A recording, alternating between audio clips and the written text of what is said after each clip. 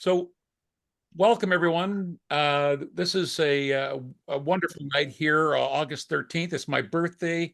I'm 67 Happy years old birthday. today. Happy birthday. Yeah, loving the 11 life and enjoying everything. We've got a very special guest tonight, Dr. Angela Thompson Smith. I followed her for years. I'll just give you some brief information on her and her background.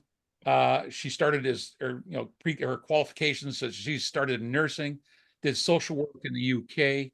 She immigrated to the United States in 1981. Her work in 19 what and her work in medical research. Um, she had involvement in the physical research Psychophysical. laboratory. Is that what it is? Psychophysical research laboratories. Yeah. Psychophysical research. I want to talk to you about that, by the way. Yeah. Princeton's Engineering Abnormalities Research Laboratory, which is PAIR, and also Robert Bigelow's research coordinator. Is that true? Yes, I worked with him for a couple of years in the early 1990s when I came to Las Vegas.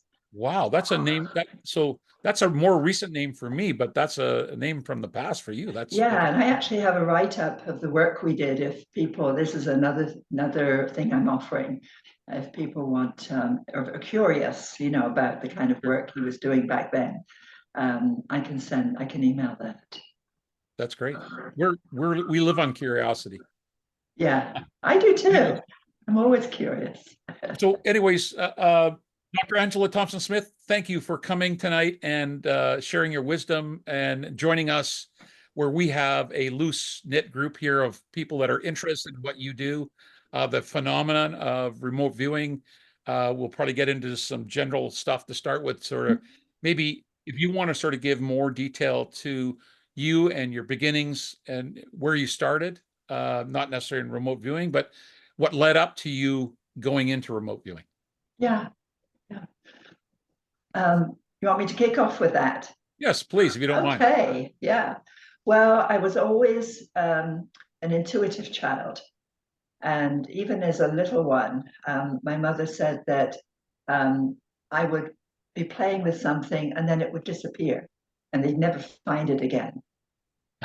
Things I don't remember any of that, but I remember my mother told me there was a little blue purse. In fact, I have a photo of me at a year old sitting on the front step with this purse. And my mother said after that, it was gone, completely disappeared. And I had out-of-body experiences from an early age, around 8 or 9 years old is when I can remember them starting.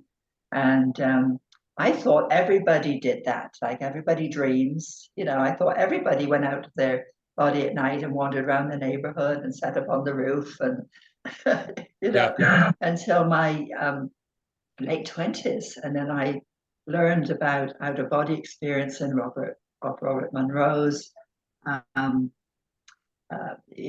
Monroe's work at the Monroe Institute, and realized that what I was doing was something a little different than most people's experiences. And that set me off on a research field. And I was working in regular research at the time.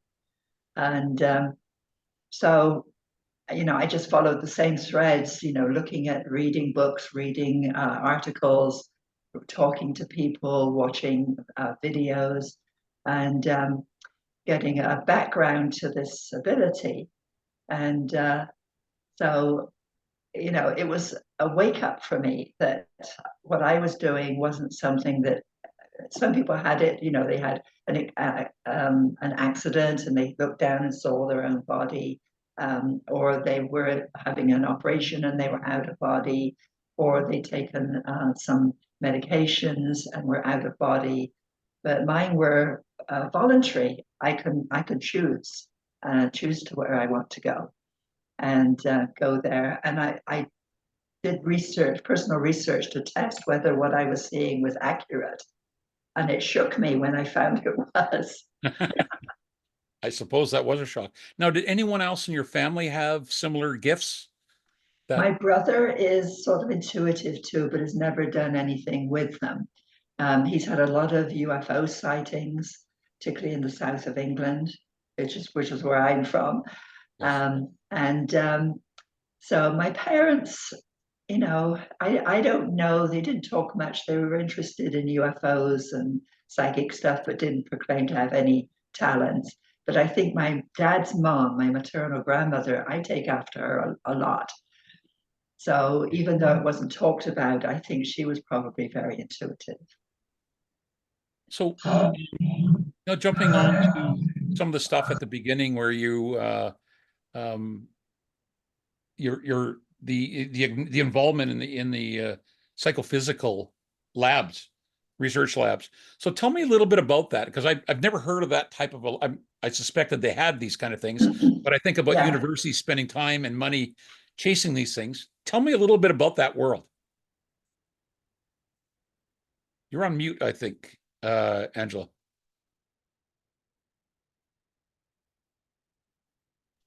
Oh, I didn't make it mute, so Yeah, that's I weird. don't know what happened there. Yeah, Um, when the gremlins. there they are. So going back, the psychophysical research laboratories were situated at Princeton Junction, which is outside of Princeton, New Jersey, and they functioned for quite a few years. And okay, I'm just checking my audio again. And Yeah, good. I was working in a nearby town, New Brunswick, in medical research with moms and babies, newborns, and we were studying newborn development, what a newborn could do or not do. And I'd always been very interested, as I've said, in the paranormal, and I read about this lab in Omni magazine. I don't know if any of you remember Omni magazine. I loved that. I wish they would bring it back. That said about the research there with Dr. Charles Honorton. And they were doing something called the Gansfeld research, which was they had this big meat locker lab in their lab.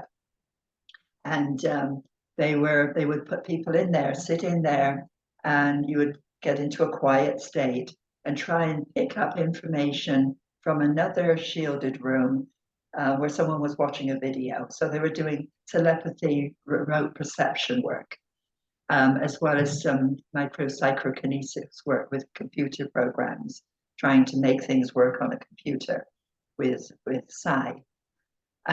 So they were asking for volunteers for subjects. So I thought, hey, that's a challenge.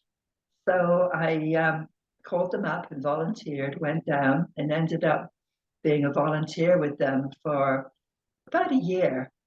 And I was pretty good at what I was doing. So they went, oh, do more, do more. Yeah. But I had my job in New Brunswick, so that was my priority with moms and babies. But I enjoyed going down to the lab from New Brunswick and just enjoyed being with the people. And they had a wonderful library, and they allocated a computer for me. I wanted to look up some things. So I was very, very welcome. Then they lost their funding. They were funded by the McDonnell Foundation, the aerospace people. Oh, really? Yeah, That's interesting. They had funded a lot of different labs, including PRL, which is where I was going. I was very interested in the paranormal and handedness. We're right or left-handers better at doing these things. So Charles Honorton let me do a small project there because I was in research. And then when they lost their funding, I thought, well, that's a pity because I was really enjoying going down and being with them. And it was like on my days off and holiday vacations. And they recommended I go over to PAIR, the Princeton Engineering Anomalies Research Lab, which was at Princeton University. And that's another story. Let's hear it. What year was this at? What year was the first lab that you're at? What year would that have been around? That was in the mid 1980s. Okay. Yeah. And then PAIR, when did you go to PAIR was towards the latter end. I was with them for 5 years until 1992. Okay. So I went down, first of all, I got a hold of Brenda Dunn, who was the lab manager at the time, and Robert John, who was running, he's the aerospace professor at Princeton University. They've both passed now, sadly. And so I contacted them and said I'd been working at PRL, and they'd recommended that I come over and work with them as a volunteer. Were they taking volunteers? And they said, sure.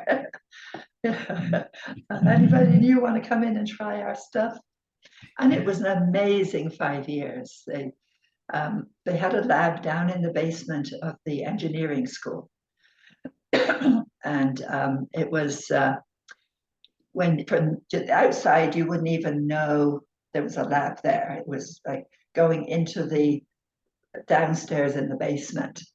But inside was just like, wow. You'd walk in, and there was a big orange couch in this entryway. And on the wall was this huge pinball machine with these little round spheres. And they were studying how people could sit on the couch and use psychokinesis to alter the distribution of these balls coming down. Because if left to their own device, they would come in a perfectly nice Gaussian curve, the bell-shaped curve.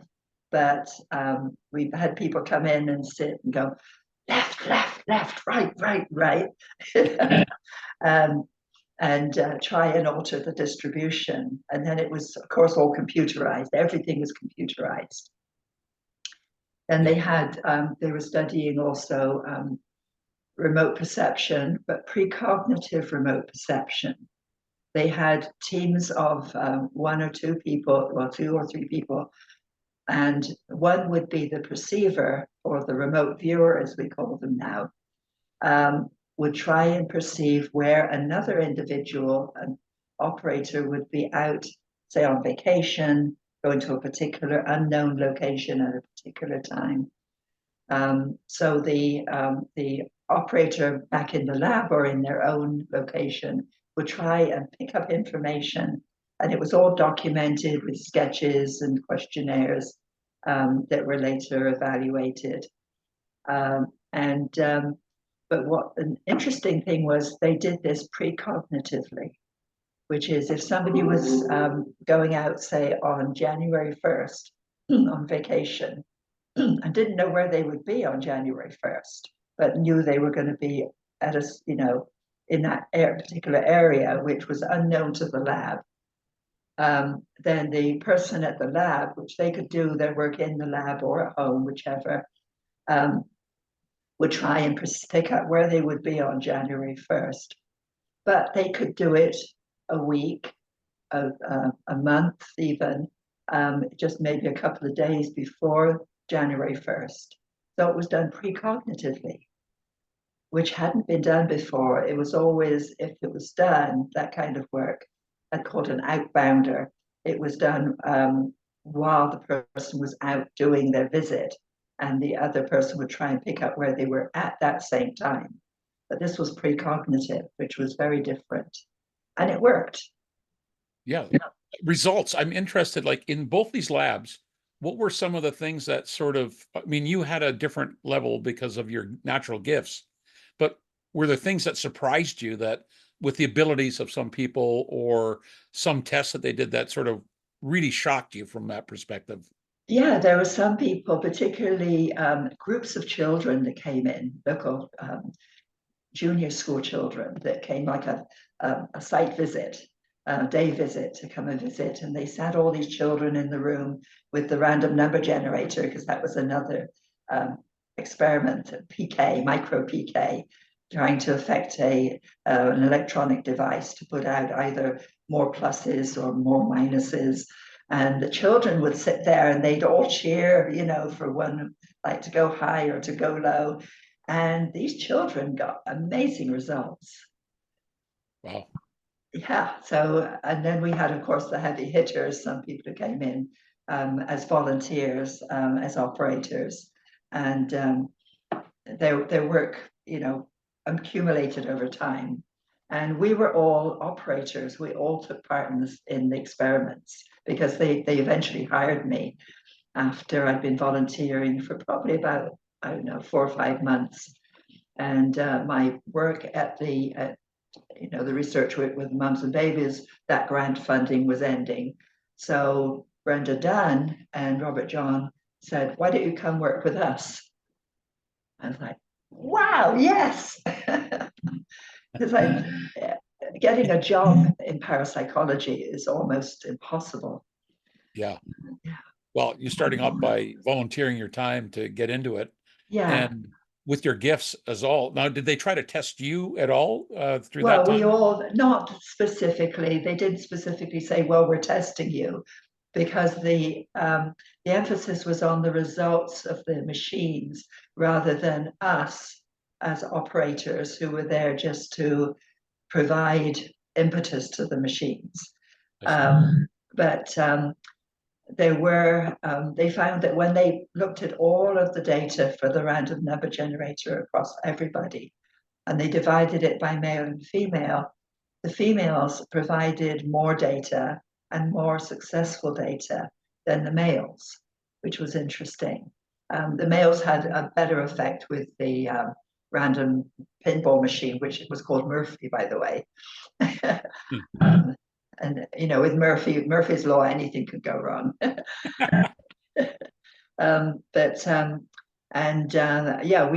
We all participated, and I provided over the 5 years I was there, over 60 sessions with that particular device, as well as working with all the other devices.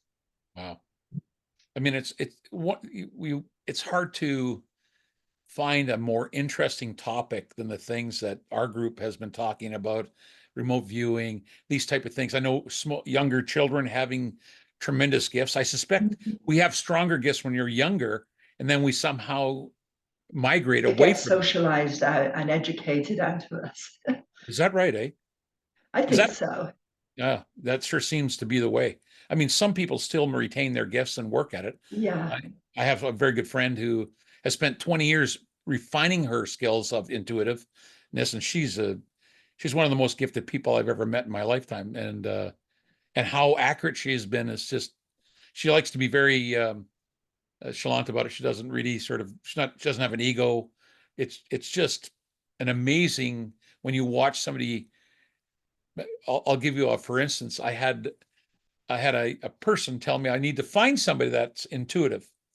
And I said, so what am I looking for? She says, well, I don't know. We had a group there that did a lot of meditation together, and a Reiki therapy group and that sort of thing. So I started meeting people, and I made a trip actually to see Grant Cameron and a couple other people in New Jersey.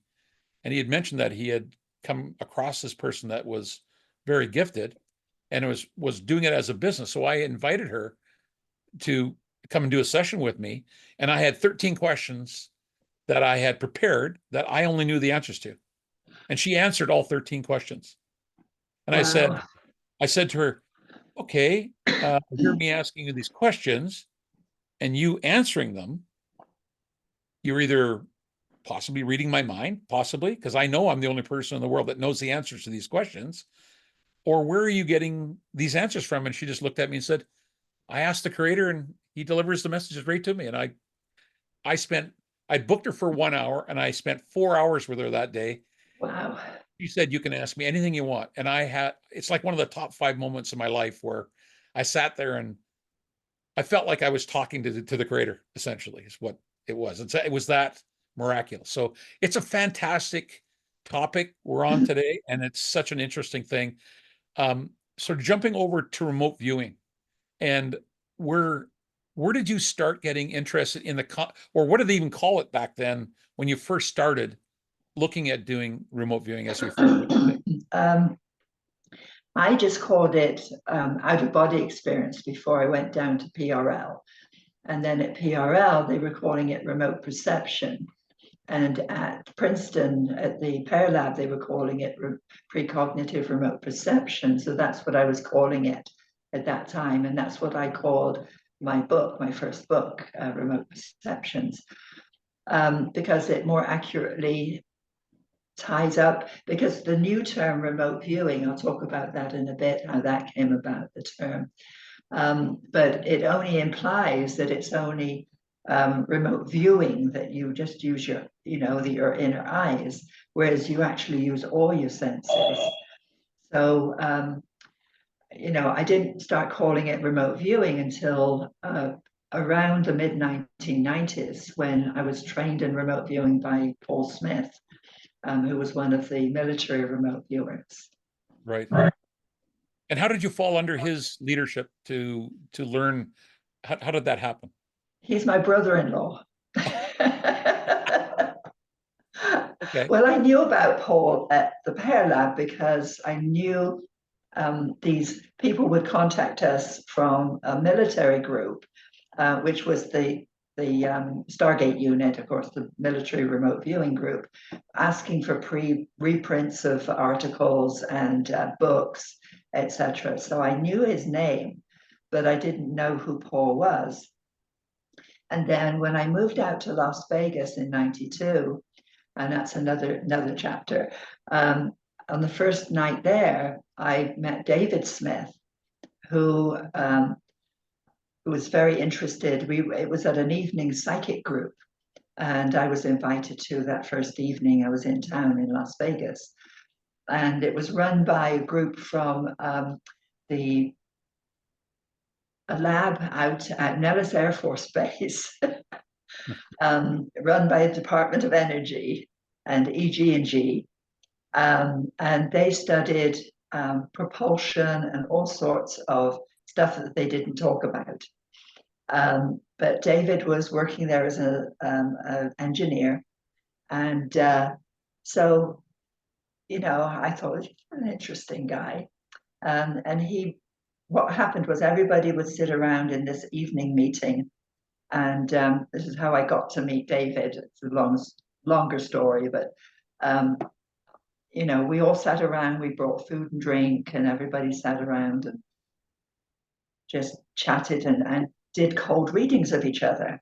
So David read me, and he told me exactly in great detail about the boyfriend I'd had back in Princeton. And so I was like, wow, this guy is very intuitive. And so the meeting was every 2 weeks. So the next 2 weeks, he offered to come pick me up, because I don't drive. My eyesight's not 100%. So I don't drive. And so then, and then the 2 weeks after that, he took me out to dinner. And from there, he started talking about his brother in the military, who was a remote viewer, whose name was Paul Smith. So I was dating Paul Smith's brother at that time, little known. So Paul and David was very interested in the work I was doing for Robert Bigelow at that time. That's who I was working for. That's why I went out to Las Vegas, because the Pear Lab funding was gradually fading away, and eventually they lost the funding after a couple of years. And not through any fault of theirs. I mean, it was a fully functioning lab, and it was just a change in administrations and change in funding bodies. Anyway, so David and I started, dating. And I was talking on the phone at the Bigelow office with one of the early remote viewers. And I said, and he started talking about the military unit. And I said, I think I'm dating one of Paul Smith's brothers. And he said, absolutely not. He said, that's almost impossible. The odds of you dating Paul Smith's brother in Las Vegas after coming out from Princeton is almost, and I said, I think I am. So he said, well, I'm going to ask Paul. And so he said, he related back to me, asked Paul, and Paul said, maybe. Paul is very enigmatic sometimes. Right. And it turned out, I was dating Paul Smith's brother. It's a small world. That's what a coincidence. How maybe there are no coincidences, but Yeah, I don't think there are coincidences. We're just thrown in with whoever is going to be, we are going to be helpful to, and they're going to be helpful to us. And, you know, it works out. that's fabulous. And so you had a I just say that. So you also did some work under Lynn Buchanan as well? I went and trained with Lynn. I trained with Paul Smith first in the Yes. mid 1990s, in the beginning stages of remote viewing, controlled remote viewing, which was what were taught in the military. A protocol developed by Ingo Swann and Hal Budoff at Stanford Research Institute. And so Paul didn't have any new classes coming up at that time because he was still in the military, even though he was teaching us civilians. And he said, why don't you go? Or I think I had made the decision I would go and train with Lynn, who I'd learned was also training people. So I went out and trained with him in the early stages. But Lynn trains with a different terminology, slightly different protocols. So and it was amazing. He teaches large groups rather than Paul only teach small groups at a time. But it was interesting, fascinating to see the different approaches, the teaching approaches. And why, I mean, so maybe it wasn't such a new topic, but why so many different approaches to remote viewing? How did that, is it, because I watched Edward, what's his, Reardon in Yeah, Crypto Viewing Guys. I think they have a different name now, but he self-taught himself, and he is probably one of the most gifted remote viewers I've ever seen, where he asks himself questions, the answers come to him, and he writes them down as a part of their project that they have. And it's fascinating watching the stuff that he's done. It's so right on. You just go in, and he yeah, says yeah, he's totally self-taught. So why are yeah. there so many different types of remote viewing? Well, if you follow the history, originally it wasn't called remote viewing. There wasn't a protocol as such. So people did spontaneous remote viewing, and that's what Ingo Swann did. He was a spontaneous remote viewer or natural remote viewer. Right. And it's called extended remote viewing now. That's the term that's given to it, to this natural ability to sit and be given a case number and just ask questions about it and write them down, or even go out of body and come back and write everything down. And then, of course, the work that was going on at Stanford Research Institute in the 1950s, 60s, because they wrote it up in the 70s. It was, it wasn't called remote viewing at that time until Russell Targ and Hal Puthoff wrote a paper in the IEEE. And then they said what used to be called OBEs, traveling clairvoyance, dissociation, et cetera, or traveling clairvoyance. We are now calling remote viewing as a neutral term, a scientific term that gets rid of all of that earlier information and baggage. So that's where the term remote viewing was first termed. And they were using both the ERV, the natural remote viewing, as well as a protocol that Hal Puthoff and Russell Targ developed called controlled remote viewing, which are sequential stages of accessing information.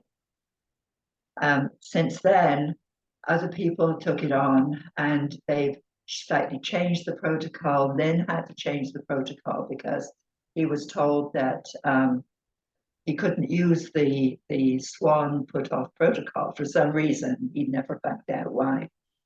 So he changed the terminology. So when I went to train with Lynn, I had to learn a whole new terminology. And then, of course, different people who came along and who had trained with the military unit then went out and started teaching people, and they started teaching people, and they started teaching people. And as you know, it's like a game of Chinese whispers or a checker, things get changed, but it's still the same underlying protocol. You're accessing your subconscious, your intuitive self to provide answers. That's exactly where I was going, actually, Angela. And if you don't mind me calling you Angela, I Oh, know not at all. No. that I'm like, uh, anyways, I love to say the same thing as, oh gosh, I know I'm trying to think of this. Mel, not Fabregas, but um, anyway, he always Yeah. started by saying, "Do you mind if I call you by your first name?" Um, Yeah. so It's fine. so let's just delve into the idea of, maybe there might be people that watch this on the internet that don't really understand what remote viewing is, and maybe you can give us some feedback on what you believe it to be and how it's connected to our subconscious, or how does this truly work? Yeah. Well, there's natural intuition, of course, and gut hunches. There's, what they used to call feminine intuition. And these are all terms for an ability that we all have. Everybody has this ability to some extent. I think it occurs on a continuum from a little bit of talent up to very talented. Um, to be able to access information from our subconscious that is meaningful for us. For example, a mom washing the dishes and her child 2 streets away gets knocked down by a car. That mom goes, "Oh, my child has been in an accident." How does she know that? That was for a natural kind of remote viewing, remote sensing. And I like the term remote perception because you use all your senses in it. So then, she goes out and she looks for her child. Or, well, there's so many examples of natural remote viewing or spontaneous remote viewing. What this does is remote viewing is a protocol of various kinds to assist in accessing that information that's needed from the subconscious and bring it up into the conscious mind so it can be verbalized and written down. Is this a forwards and backwards type of subconscious connection, where it It can look can forward be and look in the backwards? more spontaneous remote viewing. It's very much a go and look and see kind of a thing, or just seeing what the subconscious can pick up about a location. It went through several phases at Stanford Research Institute. First of all, just being very, very, Ingo Swann just sitting there with a notepad and trying to figure out where somebody was out in the field. And they had other people doing that as well. To the point where they said, well, why don't we try it with geographic coordinates, latitude and longitude? So they would give Ingo Swann, this was back in the 70s, they would give Ingo Swann a latitude and longitude and say, okay, use remote viewing, use your natural abilities, and tell us what's there at that location. And he would draw this very elaborate island. And then it would turn out this island was a tiny little speck in the middle of the ocean that nobody knew about. It was just one of those little unknown islands. But he drew it and labeled it, and so they had a lot of folks doing that, what they called the outbounder technique, where they had people go out into San Francisco and around those locations in teams, and the remote viewer back at the lab would try and remote view where that team had gone using certain protocols. So there was the outbounder and there were the coordinates. And then somebody said, well, the coordinate remote viewing is not foolproof because you give me a coordinate. He said, I know geography. I could tell you what's there. Roughly, I could draw you what's there. And so they encrypted these geographic coordinates. So instead of latitude and longitude, they came out with an alphanumeric, 351, 327. say, because they had it computer modified, encrypted, and they still got results. So, and then the military got interested and sent out a whole bunch of their people to Stanford. And then they set up their own remote viewing group at in Maryland. And you know, the start, they called it, eventually it was named several code names over the years until it became known as the Stargate unit. And that's where Paul Smith and Lynn Buchanan and others were trained in remote, but mainly in, first of all, in the extended remote viewing, the more natural, spontaneous remote viewing with Skip Atwater. Then they were trained later on in coordinate remote viewing. And then they went out, then they went for the controlled remote viewing, which was, as I said, developed by Hal Puthoff and Russell Targ.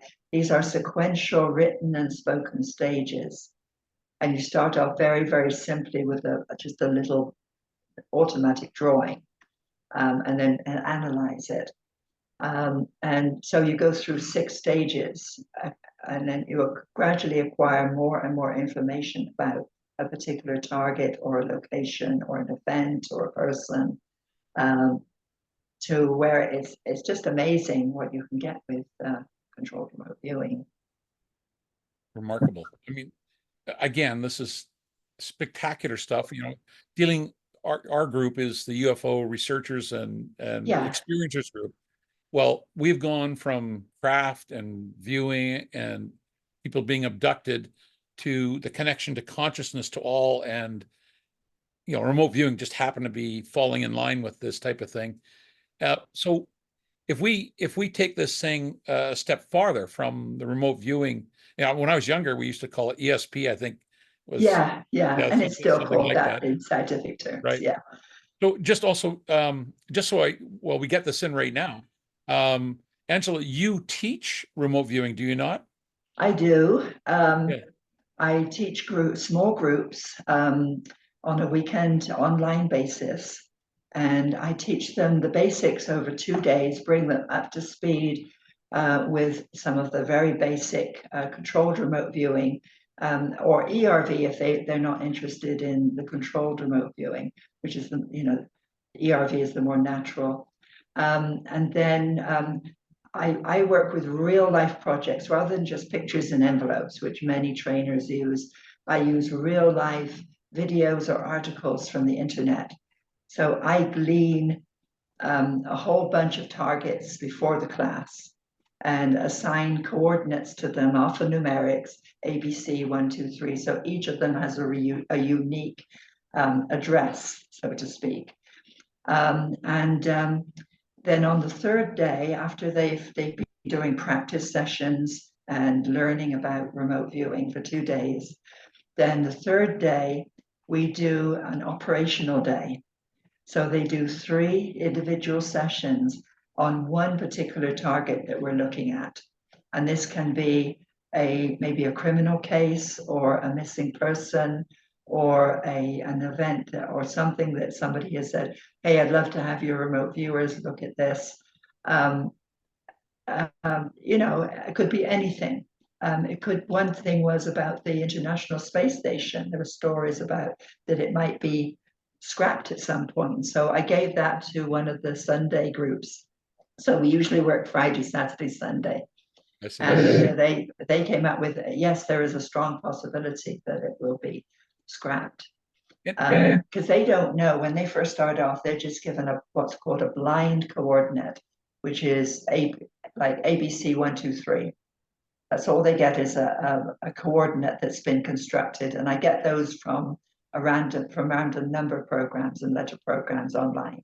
So each project is totally unique, has a unique signature to it. And then when they're doing their 3 sessions, the first session is completely blind. They don't know what they're going to look at. They just get this coordinate. And they do an early session, just a few of the early stages of CRV, controlled remote viewing. They come back as a group, because we're working as a group on Sunday. and they relate their perceptions to me. And I have a big whiteboard, and I'm writing down all their data. Then we do a little bit of analysis, and I tell them if they're on what we call on signal line, which generally they are, which is after 2 days of training, they're pretty much on signal line. Wow. And then I give them a break, and then they do a second session where now I give them the same coordinate -2, and I say, okay, you've told me there's water, there's man-made, and there's air, and there's land. Tell me more about that, and particularly about the man-made. Even though it's man-made, it's just a designation of something that's manufactured. Right. So they go away and they do another hour's work by themselves at this point. They're working solo now. They come back after an hour and they each relate their data, document it. We do a little analysis. And usually they're getting on what we call on signal line. They're on target. And so I say, okay, you've told me that there's a church involved and there was a fire involved, and this was in a foreign country. That's what they told me so far. I don't give them any information up front. They're blind. Sorry? They're blind to the target. They're blind, yeah. So I say, tell me more about those 3 gestalts. So they go away again a third time, and this time they're going right up to stage 6, which includes modeling clay. So they're not only sketching, writing, sketching, and they're now modeling what it is they've perceived. And what's amazing is one of the students came back and said that he perceived that this was Notre Dame, the big fire, Notre Dame in Paris. And so I got their data, wrote it down before I give them any feedback. I remain completely neutral. I don't give them any cues or any clues. And often I don't know much about the target because there's a potential for telepathic overlay in remote viewing. The monitor or the person giving the target can telepathically relay information to the viewer if they're not careful. So when I choose targets, I only read the title and the very first little bit about the target so that I don't influence them in any way, either inadvertently or telepathically. So by this time I thought, well, they're on target. Let's do a little bit of analysis. And I asked them the 3 questions that a French professor had asked me was this fire accidental? Was it through an accidental event, or was it terrorist related? And what they came up with was that it wasn't terrorist related, but it was accidental, but also there was some negligence involved, which the French professor then sent me an article about a year later saying that that's what the French authorities had perceived, had found out from their investigation. So if someone wants to take your courses, do they go to your website, mindwiseconsulting.com? They can, or they can probably contact me personally to say if they're interested. And I sent them out a letter, a student letter that gives all the information about the course. So for people watching this on YouTube right now, how would they get a hold of you? They get hold of me at my email address, which is mindwiseconsulting, MINDWISE consulting @gmail.com. Great. Good. Excellent. Okay. So that would be something to take those kind of courses. I know a lot of people are interested. I'd like to do it myself, actually. So that's something that I think at some point you'd be welcome to participate. Yeah. Yeah, I'd like to even and probably as a guest, if you would be honored. I'd be honored to have you come in as a guest at some I'm point. happy to pay. Okay, all right. These experiences, I'm just you actually sent me a book one time ago and you never charged me anything for it. So that is the last thing. You've been very good to me, and I really appreciate it. And if you can help people develop these skills, they're that's a fantastic thing for both sides. I'm sure it's gratification on your side, and people start understanding and maybe exploring and developing their own gifts. That's something that That's true. In everything gets fact, something out of it. quite a few. I don't guarantee anybody that I can. I can't hire them. I can't, you know, officially hire them. But I formed a group back in 2003 called the Nevada Remote Viewing Group.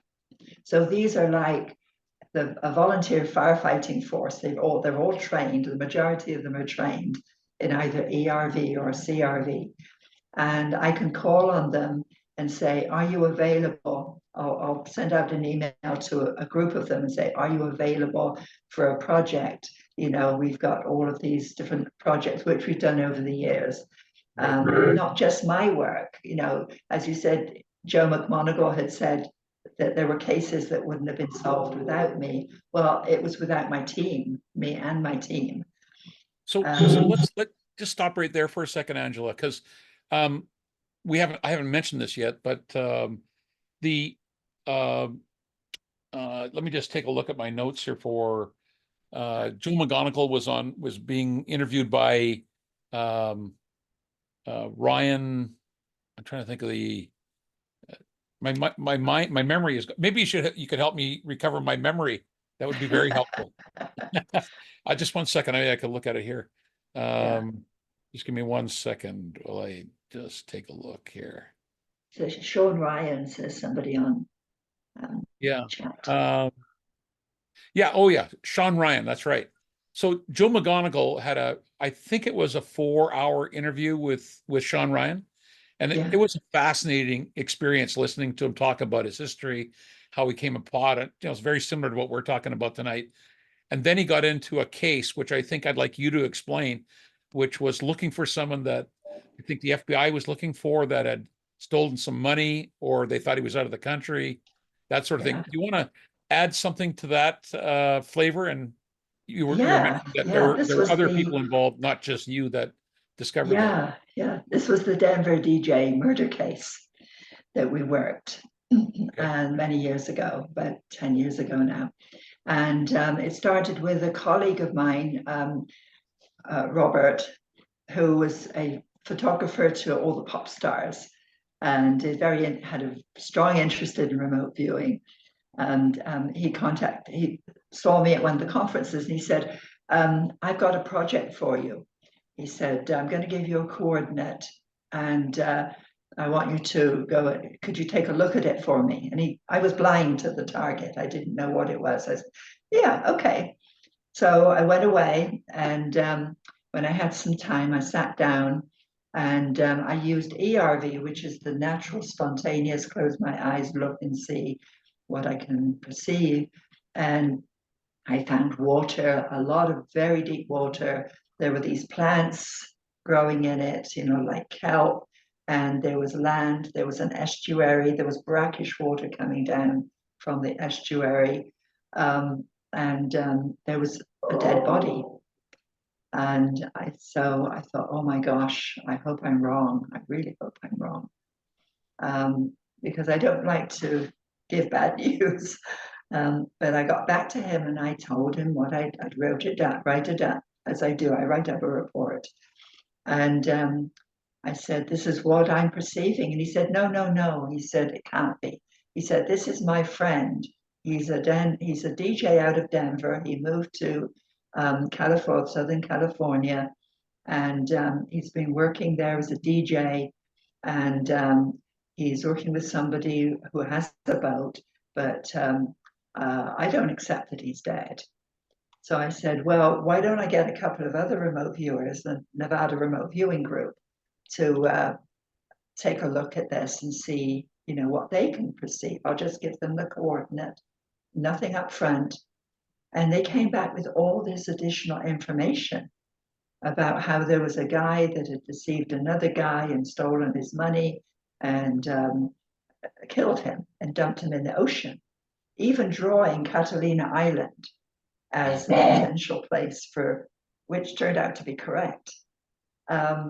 There was so much correct that they came, which when we look back and analyzed correct information. I gave him that information. He still couldn't accept it. He said, no, he said, I think you're wrong this time. So he and his wife were out in LA for an anniversary visit. And his wife, Marianne, was watching television, and there was news of this body being dredged up out of the water off near Catalina Island. And she said, Robert, come and look at this. And Robert said, oh, I bet that's him. You know, he just had that feeling. So he called up the sheriff's office and said, and first of all, they thought he was a suspect because he knew so much about this individual. He said, I grew up with this individual, said Robert, in Hawaii. And I know from when he was working in a shop in school, he's missing a couple of fingers on one of his hands. And they said, yep, this is, we've got the right person. So the corpse that they took out of the ocean was missing fingers. And yeah, it turned out that this was his buddy.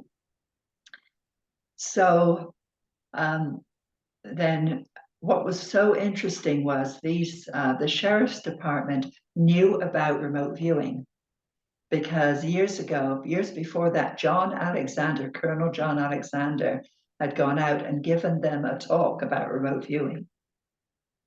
So they were aware of it, even though they've never used it, which was one of those interesting coincidences. Yeah.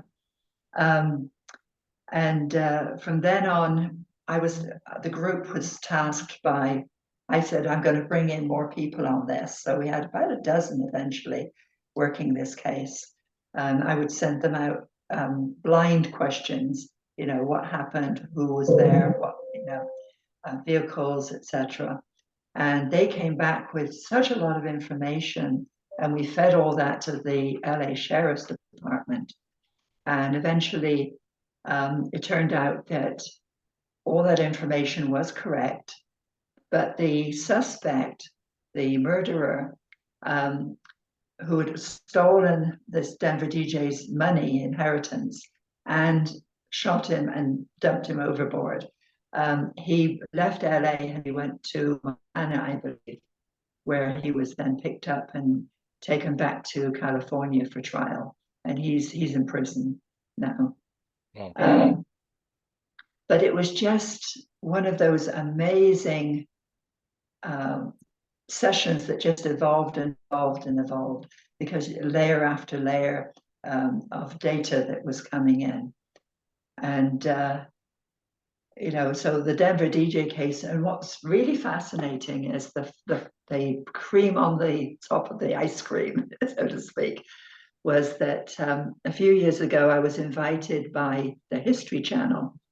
They were doing the, I forget the name of the series, but they were doing a series on exceptional events and exceptional people. So they chose the Denver DJ case as one of their events so I went out to Burbank and got interviewed, and they had, you know, it came out, it's now traveled all over the world. I get sometimes emails from Japan saying, saw you on TV, you know. And so the sheriffs were interviewed. They allowed themselves to be interviewed on this show. Was it The Outer Limit, not The Outer Limits of the Mind? I think it was called The Outer Limits of the Mind. It was one of the History Channel series. So the fact that they allowed themselves to be interviewed, and also the Las Vegas Sun newspaper did an article on the case, and these guys also gave the newspaper some quotes about how they were involved, which is unthinkable these days, because it used to be that police departments, sheriff's departments didn't want anything to do with anything intuitive. But there's a gradual warming now to using intuitive information. Yeah, my friend that I'd mentioned to you before, that's very gifted, has worked with the New Jersey police to find many missing people that she's been associated with as well. I think it's a Yeah, fascinating thing and very helpful to society, especially for tragic issues where parents are missing children or whatever the case may be, to yeah, solve those issues because of the grief they're dealing with. So, yeah. um, anyways, Angela, we have a couple of questions. Um, they're a little, they're just away from what we're talking about right That's now, okay. but Yeah. like I say, sometimes we bounce around a bit.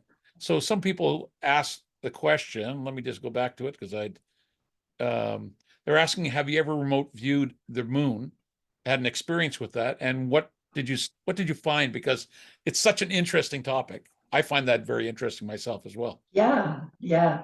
I didn't view the moon as part of a study or somebody giving me that to remote view as a tasking. It was something I did myself. I thought I just want to go and take a look myself because there's so much speculation, and particularly on the back of the moon. So I did a remote viewing. I had remote viewed off planet before, Jupiter and Saturn, which I could talk about later if you like. Yes. And so what I saw were these. There was one particular structure that I saw. I didn't perceive any biological forms at that time on the moon, but what I did see were these structures, and one of the structures came up and over, and as it went over, it twisted around, it came back in a different orientation. Wow. Yeah, and for that, I mean, that is amazing. So I sketched it up, and also these big round manufactured balls of either, excuse me, stone or something similar, which were so perfectly round that they were not natural. So there were lots of things, and I'd also given a couple of classes, the moon to remote view, and there were differing perceptions coming back from them. Well, I mean, lots of talk about the dark side of the moon being alien bases. You know, we're a UFO experiencer group, which has had many of our members have had experiences with ETs. Um, Yeah, what do you see as potential connections to extraterrestrials and to this Earth? And have you had sessions where you seek out information about them or the history of it? What topics have you gone to when you start talking about absolutely. extraterrestrial? Yeah, I'll tell you about the long-term one, which I did. Back in 2003, I was approached by a businessman in New York to remote view for him. And also we had a few of the Nevada Remote Viewing Group, the NRVG, working with him too in the beginning. And then I worked with him then for 9 years, eventually helping him sell his business by giving him remote viewing information that I'd perceived for him. But one year, this was around in 2009, I believe, he said, because he would call me up and say, can you do this with remote viewing? I need this information. Can you use remote viewing? And I'd say, well, let me look for a protocol to do that, see if I can do that. But we may have to ask some very selective questions. So one of the things was he said, can you talk to the aliens? So I said, well, I suppose so. I have done a little bit of that in the past just for my own amusement, basically. I said, well, I'll have to put together a protocol for it, which I did, which was eventually sitting in front of my computer with the questions up on the screen. I'm not a channeler, I'm not a medium, but I use telepathy and remote viewing, but verbal remote viewing. And reading the questions. And so he said, well, let's start off first of all with one of the grays, see what you can find out about the grays. And we pre-approved some questions, a set of questions that we could ask them. And so I sat at my computer with these questions already typed up. And because I didn't want to do any kind of left brain work while I was doing this. And said, okay, is there a gray out there, a large gray that would talk to me and answer some questions? And I thought, boy, I feel so stupid I feel silly sitting doing this and expecting. And then all of a sudden, this information started coming in. So I was busy typing it in full consciousness, typing it into my computer. And I had to ask clarifying questions because I didn't understand some of it. It's like, what do you mean by that? So they would say things like, because when the questions was about abductions, and the Gray said that abductions were beneficial for humans, which is totally against my feelings about the event. So it was like, what do you mean by beneficial? And they said, well, they benefit from it, but in their mindset, I suppose, if you were to say that, that was their mindset, that abductions were beneficial for humans or humankind. So I finished that. I typed it all up. I packaged it up as a report, sent it off to my client, and he said, great, do another one. And over a year, we ended up doing a total of 20 different ET groups. And each of the ET groups either recommended another group to us or we decided on another group. And everything was documented. And I'll tell you a bit about what happened to that documentation. But at the end of the year, he came under a lot of surveillance. Somebody twigged what we were doing and started following him, filming him, interfering with his mail, interfering with just general interference. And he got spooked and said, let's stop doing these ET things and get back to business, which we did. So all of these interviews stayed in my files, in my computer files for years. And he eventually said, when he retired after 9 years us working together, he said, you can do what you want with them. So I thought, well, it would be nice to perhaps put them into a book, or because we had talked about writing a book together. But what I did was I sent them out to Robert Sala in California.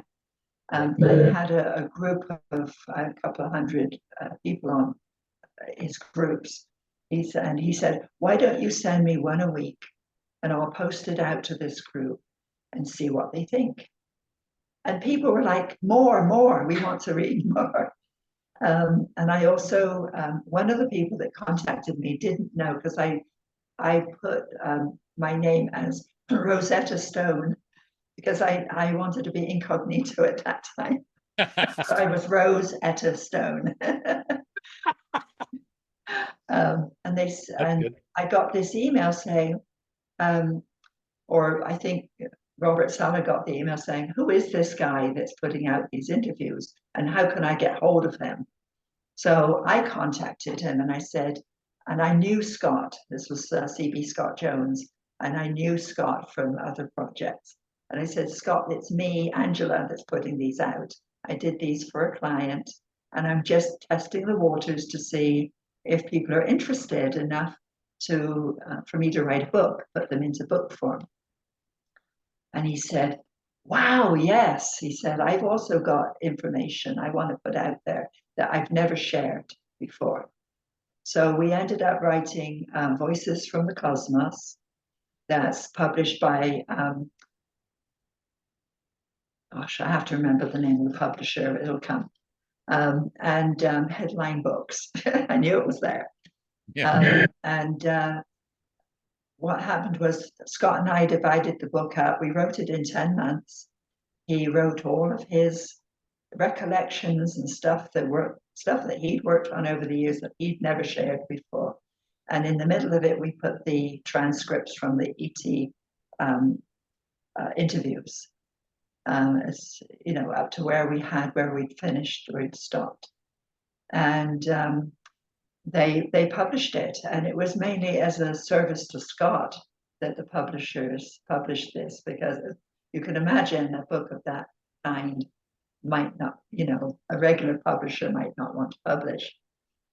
You should So republish that. I think today's people would be very interested in reading now that. they would, and now they are. Yeah. Unfortunately, the publisher, even though I'm a co-author, I don't really have a lot of rights to the book, only to my part, the ET interviews. But after it had been out in print for some time, it's now only available in Kindle, unfortunately, from Headline Books. But I'm sure it's still interesting. A colleague of mine at a conference presented me with a CD, and she said, "I've put all the ET interviews into an Excel file for you under headings and ET group. It's all tabulated." She said, "I've got everything in there." She says, "This is for you as a gift." I'm like, well, thank you. So I've had that in my computer for many years, and I offer it to whoever would like a copy of that, the Excel file. It's free, it's shareable. It was given to me as a gift, so I give it as a gift to others. And it can be sent by email. It's a large database, so you have to scroll across and down to see all the entries. But everything from the ET interviews in the book is in this Excel file. So it's really available to whoever. They just have to contact me at mindwiseconsulting@gmail.com, and I will send you a copy. Well, thank you for that. That is quite a gift, and I know I will be sending you an email probably 8 minutes after this show is over. Okay. Yeah. Yeah, it's again fascinating. The ET side of things, I'm just sort of scrolling through, looking at some of the messages. One of them talked about just one second. You'd also love to hear about the experiences behind the book, Diary of the Abduction of an Oh, Abducted. Diary of an Abduction. Yeah. What can you tell us about that? After I'd written Remote Perceptions, I had all of these journal entries of my own potential possible ET interactions, some of them abductions, which I didn't want to accept at that time. I thought I had no reference for it. And I knew about ETs and I knew about UFOs because, we'd seen them. But my own experiences, I documented them, but they're such a variety of experiences that I really couldn't tie them down to anything, except when I was back at Princeton and things became a little bit, I thought they were just nightmares or dreams, except I woke up with scars and needle marks and other trauma. But one time when I was living in Princeton and sharing the upstairs of a house with a friend, a visitor came and stayed in the spare room. And in the morning, she said, "What the hell was going on last night?" Excuse my language. She said she woke up in the night and she looked and there was this little gray, she called it a little blue man, standing in the middle of the room and looking out towards the room where I was. And as soon as this little being knew that she was awake, it just went, got out of there. And she was shaken. She said, "What was that?" I said, "Well, I've been having those experiences for a long time." And finally, I came to the point when I'd moved to Las Vegas and I was working with Robert Bigelow, and he was very interested in the UFO ET field. I thought, I'm going to write up from my journals, my experiences, and what I think they might be, and different historical approaches, and et cetera, et cetera. So that's how the book came about, because it was cathartic to write the book. It was very healing to finally get all this information out onto paper and to write up the book. And Hampton Roads Publishing at the time published it, which was amazing. Well, thank you for that. You're probably going to get many emails about sending the book out. That may take Well, up. the book's out of print. You Yeah. can find, I want to spend some time, hopefully towards the end of the year, to update it and republish it on Amazon. Because I've learned how to do the publishing, that's how I've got my books out onto Amazon. Self-publishing you're talking about? Sorry? Are you talking about doing self-publishing? I've been doing self-publishing, yeah, Okay. already. Okay. So I will republish Voices, not Voices from the Cosmos, A Diary of an Abduction. I may not call it that. I may call it something else.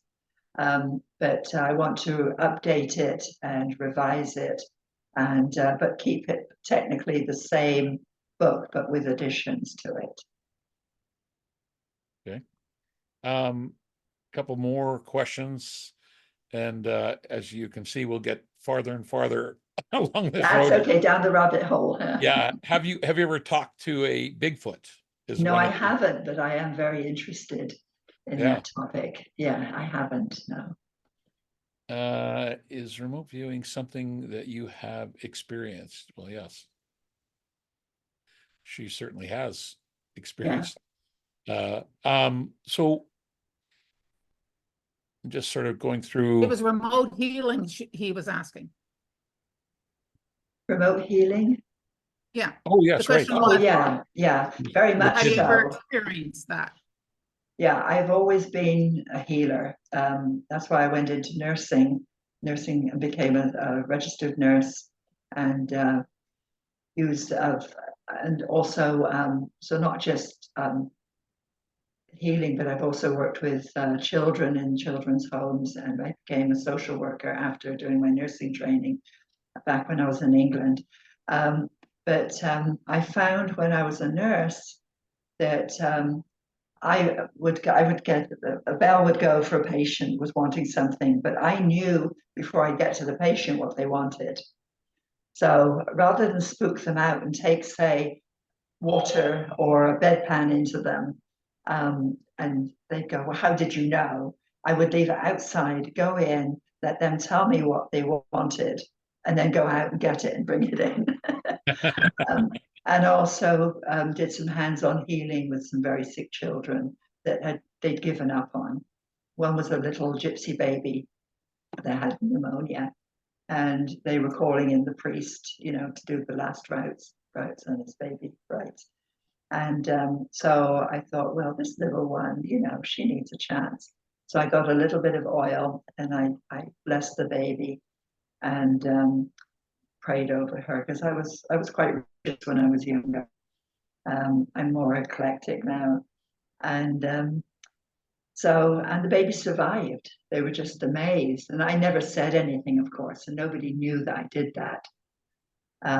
But in 2010, I started taking some shamanic training with Jill Kuykendall and Hank Wesselman of Vision Seekers. They've both since they passed away. But I went up to a graduate level with them and learned so much about healing and many other skills that I use now to supplement what I do as a remote viewer. There's another ask here from Vincent that says, has Angela heard of using sensory deprivation tanks with remote viewing? I've heard of it in a non-official, people using it in a non-official way. I've not heard of any actual studies that were done. Although when we were doing the Gansfeld work back at PRL, that early lab, we were in like a secluded, we used to nickname it the meat locker because it was sensory shielded, so that no information could come in electronically. We would be sitting in a recliner with half ping pong balls on our eyes with a subdued light, headphones. So really a partial sensory deprivation. But and I've never had the opportunity to use a sensory deprivation tank, so I don't know too much about it. I've used one myself. It feels like you're in another world when you're in it. Totally blackout, floating, Yeah, warm. Like there's a state of mind there that's quite wonderful, like meditation. So yeah. another question so on the news today in Winnipeg, they mentioned the ocean of water that has been discovered in the center of Mars. Would you be able to confirm that by remote viewing? What I and other remote viewers have found is a lot of underground water, Yes. lakes and streams even, and a race that actually, this was one of the interviews, and we interviewed a group they call themselves the RAL, RALL, that live underground on Mars. So yeah, we have remote viewed, I and others have remote viewed water on Mars, but mainly underground water. Yes. So you were talking earlier about some other planets that you have looked at. What are the ones that you have reviewed, and what did you find? Um, I I'd heard about Ingo Swann remote viewing Jupiter, the ring, and so this was back in the 1980s. I decided, okay, I'm going to go take a look. And so I wrote up what I had perceived. And eventually I shared it with the Paralab, and they had a visitor at that time from the Jet Propulsion Laboratory. We had everybody come through that lab. And he actually took my perceptions to go on file somewhere. I never heard from them again. It probably went in the wastebasket. And then when a probe went out, I forget the name, it was Pioneer, I think, went out to look at Jupiter. And they said that they perceived from all these electronic pingings of the atmosphere, etc., that there was because I had seen an ocean of very odd water, what I called water, but not water. And I've written up all of this actually. I'll tell you in a minute about where I've written everything. I wrote about it, and I was able to confirm some of my remote viewings of Jupiter from that feedback from the probe.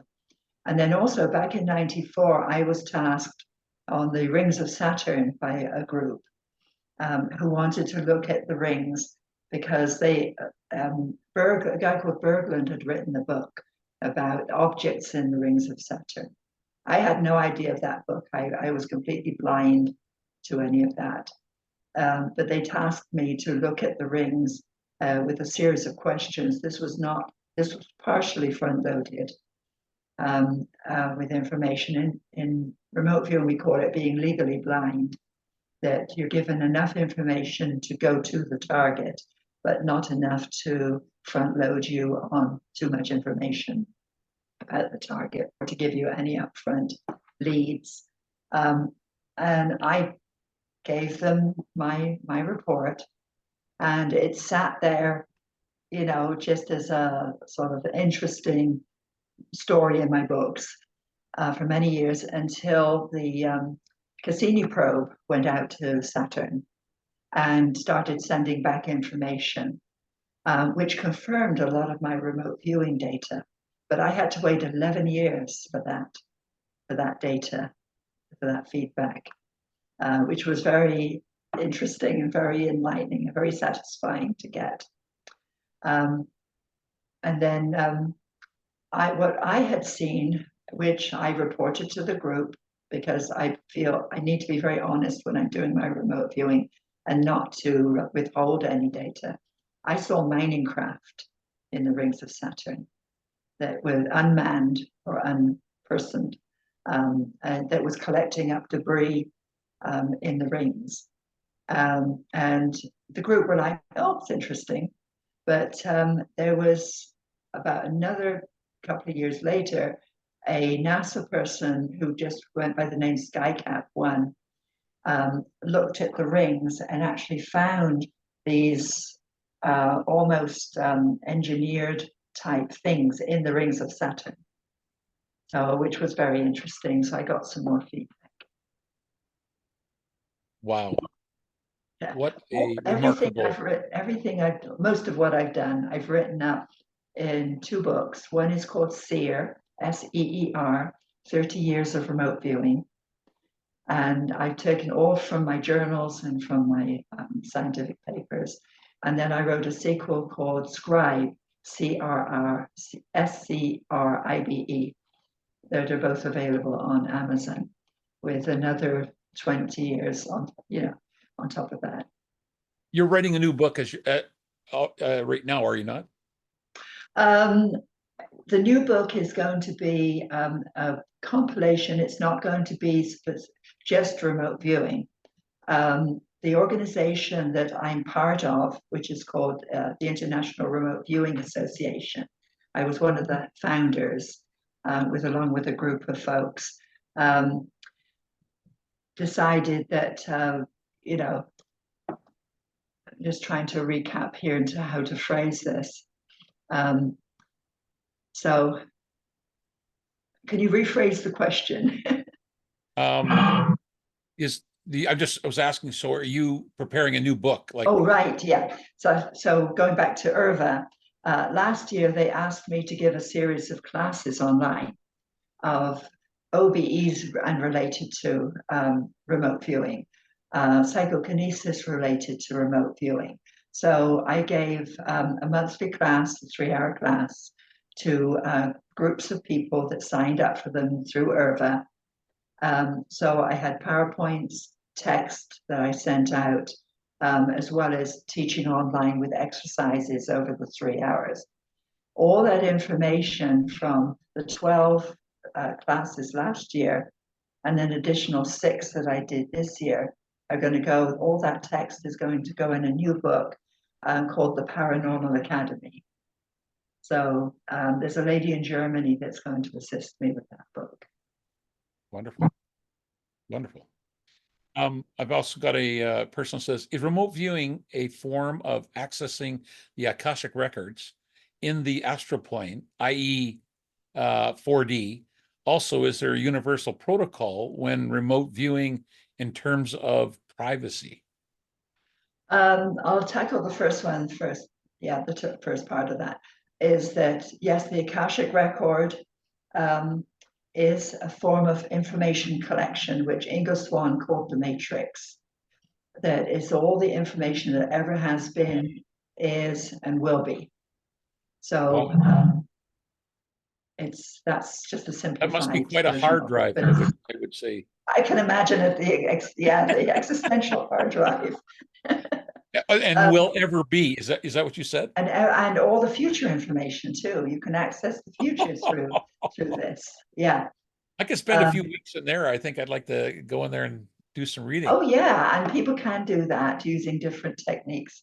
So yes, the Akashic record or the Akashic library is a metaphysical term for this collection of information that we access through another form of access called remote viewing.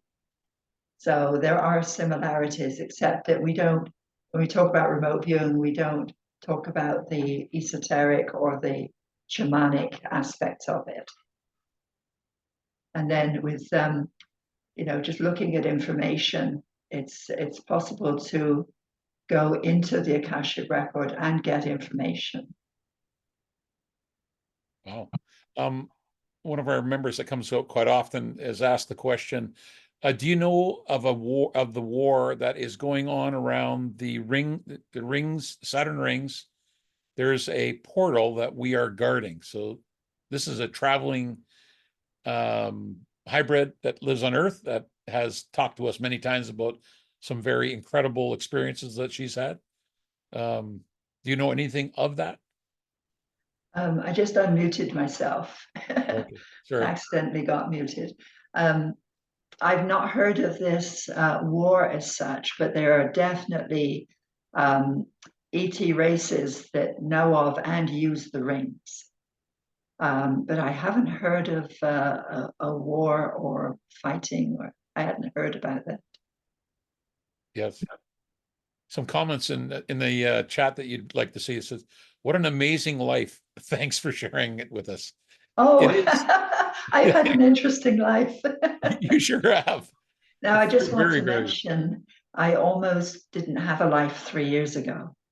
Wow. Or 3 years ago, this past April, I dissected my big artery that comes out of the heart, split.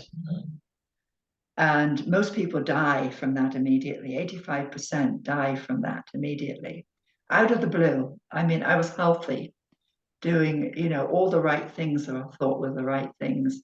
I'm older, but I didn't expect that. Just chest pain. I thought I was having a heart attack, but it turned out to be that the aorta, the layers had split. And if they'd split to the outside, I would have bled out and died. But fortunately, I had an operation, open heart surgery, patched up my aorta. And 3 years later, I'm here alive and well and continuing my work. We thank the creator for that. Yes, yes. Yeah, fantastic.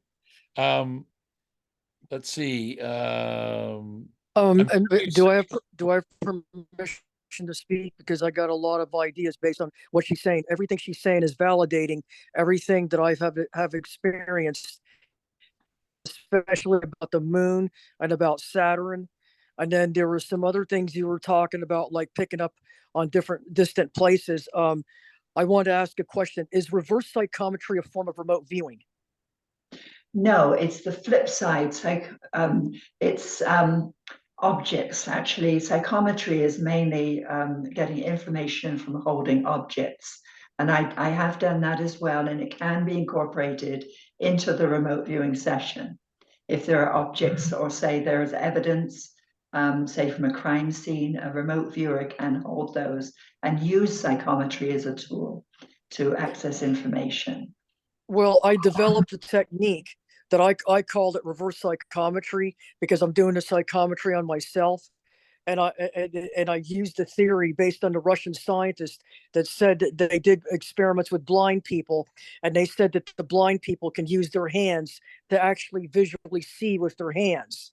And then I would use that. I reach my hand out and I go like this, and then they say this is the third eye. You ask your higher self a question and you let your mind go blank, and the third eye will answer it, like your higher conscience. And I Yeah, use the hand to go like that, and then what I do is I'll try to say, so where was I? And then I go like that, and then I pick up the information. yeah, Well, it was March 12th, 2012. I picked up information on an alien race that was coming in, and they were videotaped on the ISS coming into the solar system. It was an armada of them. It's a famous UFO armada videotape. The STS-48 or something like that. They were all coming in. And it aired on YouTube on like December 12th of 2012. It just so happens that the race that was coming in, they found me through my other races that I work with. And when they entered, because they come in and they're invisible all the time when they come into my room, but they announce themselves with their different sounds and stuff. And this one said Zvatari, then I knew they found me. There was a YouTube video of their ship in 2018, and it matches the symbols that I picked up. okay. Yeah. Well, from the ET interviews, from what I learned from those was that the ET groups have been coming in and out of our atmosphere since the beginning, beginning of whenever it began, before us probably. Some of them are benevolent and some of them are not that benevolent, like the dark ones and things I talked about in the Like the Anunnaki, the tall whites, the Pleiadians, to name a few. absolutely. There were 20 different races I interviewed. Yeah. And they have been coming in. They consider the Earth as much theirs as ours. And the resources theirs. The reason for that is because they put their designer DNA in the human genome, and because that's their DNA, their proprietary licensed material. They think that they can stake a claim to this planet because they're fighting over the Orion Stargate portal system, which feeds the fast track system from here to Cygnus. I know and under normal circumstances, when a person dies, they traverse this fast track system and they get evaluated and are allocated to where they're going to reincarnate, or if they're going to go in the afterlife, or if the soul's going to be eliminated. Well, there's been a lot of interference. And whoever controls the Orion Stargate portal system and the Earth-type planets are going to control the very nature of physical reality. And this is a big fight over the whole universe itself. And that's why we're here. And they almost wiped out the Orions. And they cried out, and then we had to come in. I mean, I'm an alien incarnate hybrid, and I remember a lot of this stuff. And I'm actively doing work up there. Yeah, yeah. We did interview the Anunnaki as part of the ET interviews. And they said that, because we asked them about research that was done early on, you know, some of the write-ups about the Anunnaki, and they said it wasn't always correct. They said they did not keep humans as slaves, but they said humans are our children. But I imagine, like us, you know, humankind, there are various groups and factions, and some that perhaps are more hostile and some that are more benevolent, the modern Anunnaki. There's another question we have in the chat here. Is there a method to desensitize from a target after remote viewing session? Example, locating missing people, and if you sense you resonate with the subject, is there a way to is there a technique to desensitize? Definitely. It's called detoxing, particularly after, say, finding, you know, a dead body or a traumatic situation. For example, when we were doing the Amelia Earhart case, you know, there had to be a lot of detoxing after that. So yeah, it's a process that you go through. One that Lynn Buchanan recommends first is to go through your written session and to separate out what's you and what's not you, and just put a little mark by it, separating yourself, detaching yourself from the target, the subject of the target. And also then to do something really mundane, go out and walk the dog, drink some water. You can also meditate, but don't get back into an altered state. You stay in a non-altered state as much as possible. Clean the toilet, wash the kitchen floor, do something really practical to get yourself grounded again and back into your non-remote viewing state, because it can persist with you. You can get headaches and other anxiety, bad dreams, etc., flashbacks to the session. So it's very important, if it is a stressful session, to detox after you've finished. Wow. Is there a way to tell someone, is there any way to tell if someone is remote viewing in your space, visiting or watching you? There are people who are very sensitive that can perceive that, or they've reported that they can perceive that. In general, if you're remote viewing, you try and remain as professional as possible, but not everybody, of course, in the remote viewing field is that careful.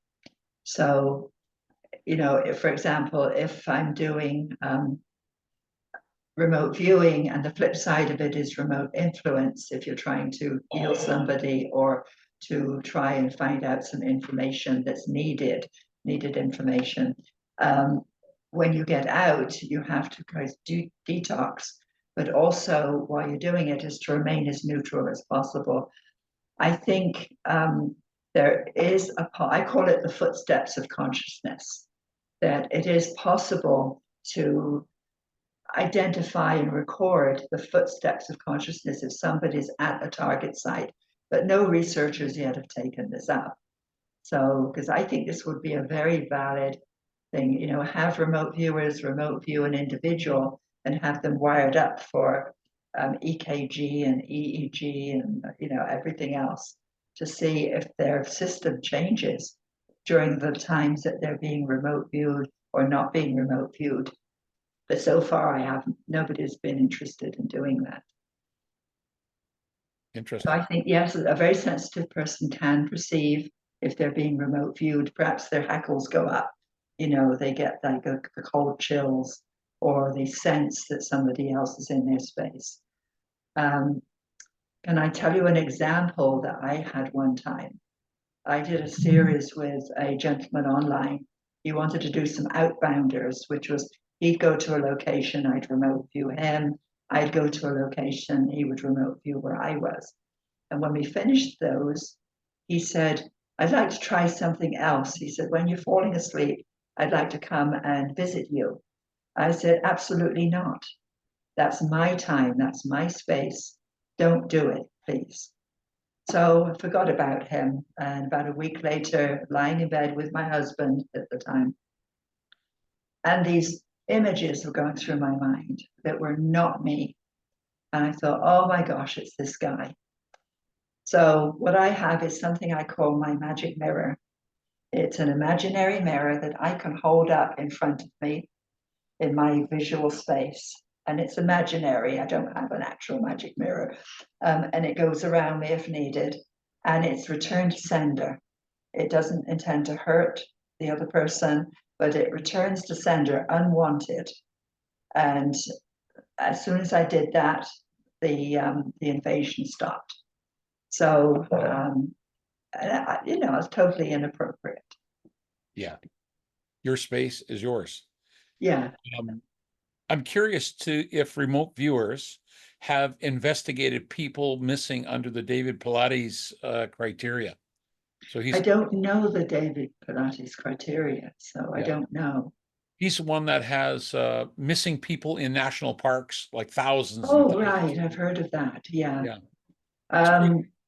I don't think there's been, maybe there have been private individuals doing that, but there's been no public one that I know about. I'm just wondering about benevolence and how ETs perceive benevolence. Like, we think of right and wrong, bad and good. Are they more of a computer brain and don't even understand emotions and empathy and those side of things? Because maybe they don't know the difference between. Yeah, it depends on the race. The tall whites, you know, they are more akin with us, that they do respect mostly people's spaces, people's private space, etc. But the others, you know, particularly the Greys, have their own set of criteria, how they interact with people, with humans, and also the reptilians. One of the races we interviewed was the reptilians. They didn't want to talk to me when I started doing the process, but I persisted. I can be pretty stubborn. And they, you know, they said that they just do what they want to do. And I said, what do you do if you meet a human on board a ship? And they said, well, we make a loud noise at them. And I said, what if the loud noise won't move them? They said, well, we push them. And that gave me the chills. You know, to be pushed and shouted at by a reptilian must be very horrifying. But to them, that was just normal. To the reptilian, we make a loud noise at them, or we push them. You know, and a lot of their responses were no response because they just wouldn't respond to many of the questions. So I had a good friend in Phoenix that actually flew craft, and she said the craft that she had 3 craft were grown for, part biological, part metallic, and she flew it through thought. She was a cargo carrier, or a person like carries different beings to different parts of the universe. Okay. She was quite interesting from the perspective when she was younger. Her and her brother got taken onto a craft, and they were practicing levitating a ball, and she watched Grace get scolded by a mantis who was controlling the ship, and they were like the generals of the fleet. Do you have much on mantis? Because that's an interesting topic to me. We didn't interview the mantis, but I did meet at a weekend group a gentleman who considered himself a mantis hybrid. And he gave us a mantis blessing in clicks, which was something out of this world. I've never heard anything like it. The whole weekend was supposed to be for hybrids, and I got invited for some reason, to be part of it. It was a residential weekend, and all these folks were of different hybrid origins. But this hybrid mantis gentleman, young boy in his 20s, when he started clicking, again, I had goosebumps because it was so moving. Yeah, I had another guest we had on this show was Linda Green from Phoenix, who spoke light languages. And when she spoke, it was just magical. The flow of words and sounds were, just really incredible. I actually recorded them and sent them to one of these women that works with young kids that also speak light languages, and they interpreted what she had actually said, which I found fascinating again. But there are so many things in our reality that we don't understand, and we don't know yet. You think about people watching television or watching YouTube, so how people crash cars in the parking lot, and then you get into these topics where they're the most interesting concepts unknown to mankind, and people like yourself coming in and explaining these accesses to these different parts of our universe or our consciousness that are not only enlightening, but part of us, like a serious part of us. And all these others are stuck in this gray area that really has no meaning, no interest, just a void of knowledge. Yeah, I liken it to, and one of the chat box said they wanted to hear more about that weekend, which I can do if you like. But it's like, say, the people of Paris, if we liken ourselves like to the people, the Parisians, who had very little information about people living outside of Paris, and considered what they did and thought and felt as unique. And then suddenly they met somebody from Britain and they go, oh my God, it's an alien. So it's that kind of comparison, I think, that we haven't yet fully met our neighbors. So describe where's the note you're talking about? It was one of the chat boxes said, could tell us more about the weekend. I can do that. Yeah, go ahead if you don't mind. This was run by my colleague, C.B. Scott Jones, was involved with a couple of women who were very interested in hybrids because they felt they were also hybrid, and wanted to get a group together. And we got together at Cynthia, I forget her last name. She's since all these lovely people have passed, out in Arizona at the foothills of the Superstition Mountains. She had a ranch there. Okay. And so that was our venue, and we stayed in local hotels and motels. And there were about a dozen people, a dozen individuals, male and female, a lot of them younger people. I think I was maybe one of the older people. And we just came together for the weekend and totally clicked. I have photos from that weekend, including portals opening up in the Superstition Mountains. I kept seeing these flashes of light out of the corner of my eye up in the Superstition foothills. And I thought, I'm going to take random pictures occasionally just to see. And on one of them, there is a round light up in the right up in the way up, that's shining out onto the rocks. It's just amazing. But these folks were, a lot of them were felt that they were gray hybrid, or that they were tall white hybrid.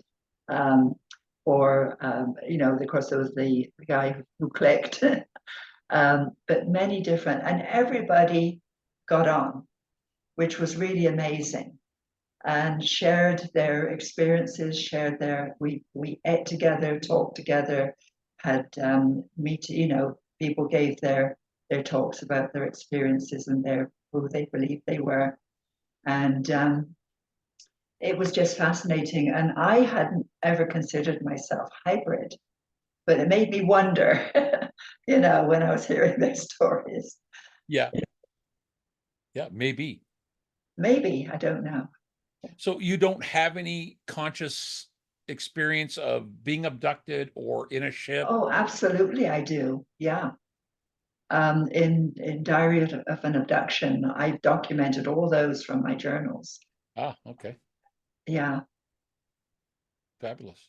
I actually, the one you're talking about, Superstition Mountain, I was at a Phoenix MUFON meeting and went back to the leader's place, and they have a little fire pit outside, and it's probably 10 miles west of the Superstition Mountains. And as I was sitting there, I could see lights in the Superstition Mountains right at the very top. And I thought maybe it was an airplane coming in, but it never moved. It stayed in the same area. So I know that area very well. I spent a lot of time in Phoenix in the wintertime. So that's a very interesting place. Yeah, well, this was actually in the rocks itself. It wasn't like in the sky, the one that I photographed. Yeah. Yep. Yeah. Very interesting. Very interesting. Yeah. Let me get back to see if there's any more comments here, Angela. Have you had any interaction with Galactic Council or angelic realm? Well, that's two different things. I think of the angelic realm as more of a spiritual. I think as I was growing up, I was very protected angelically, because I grew up in a very, you know, harsh environment, post-war England. And I know there were lots of times when I should have died. I fell down a stony bank one time onto a main road, and all I had were just some little cuts and bruises and scratches, nothing else. And so yes, the angelic realm, I think, is for me separate, unless you count in the tall whites into the angelic realm, because there are a lot of overlaps between them. And we did interview at one time a lot of non-ET, the client and I, when we were doing these interviews, and those might even make it into a book sometime. So the angels were a group that we interviewed. And when I say interview, it's just ask questions and got information back. Yeah. What kind of interaction would that have been, like angelic beings? Just the same as we were doing with the ETs, was just saying, is there an angel out there that would talk to me and answer some questions? And then we had a set of questions to ask about who they were and what they did. And they tallied very much with the tall whites, which was interesting. Really? That's Yeah. interesting. Yeah. Fabulous. But then you know, so they're the angels, and then there are the other groups like the tall whites that you know, that have been here resident on Earth. And there's a book written by Charles Hall.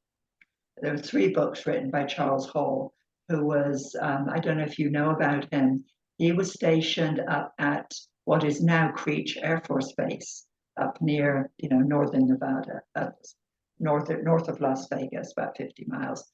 And he was out there as an airman. He was out on his own in this little shack, and his job was to set off weather balloons. And so he would go out and he would inflate the weather balloons, and he had a theodolite thing that he could track the speed and the distance, so to get the airspeed that he could then send to the air bases. So that was his job. But he kept seeing these weird things out in the desert, because he was all out there on his own in the middle of the desert by Creech Air Force Base. It was called Indian Springs Air Force Base at the time. And he said, put in his logs, you know, I saw that white coyote running across the desert again. The funny thing is, it runs on two legs. The sun I must be getting sunstroke. And then he would say, there again, I saw this big thing. It was like almost like a trailer that people would haul behind, you know, like I don't know what they would call them back then. We would call them a remote, you know, an RV now, recreational vehicle. But he said it was shiny and metal, and it just floated through the desert. And he said, boy, the sun's, I need to eat some food. I need to get out of the sun. But then they turned up at the fence, this family, these tall whites.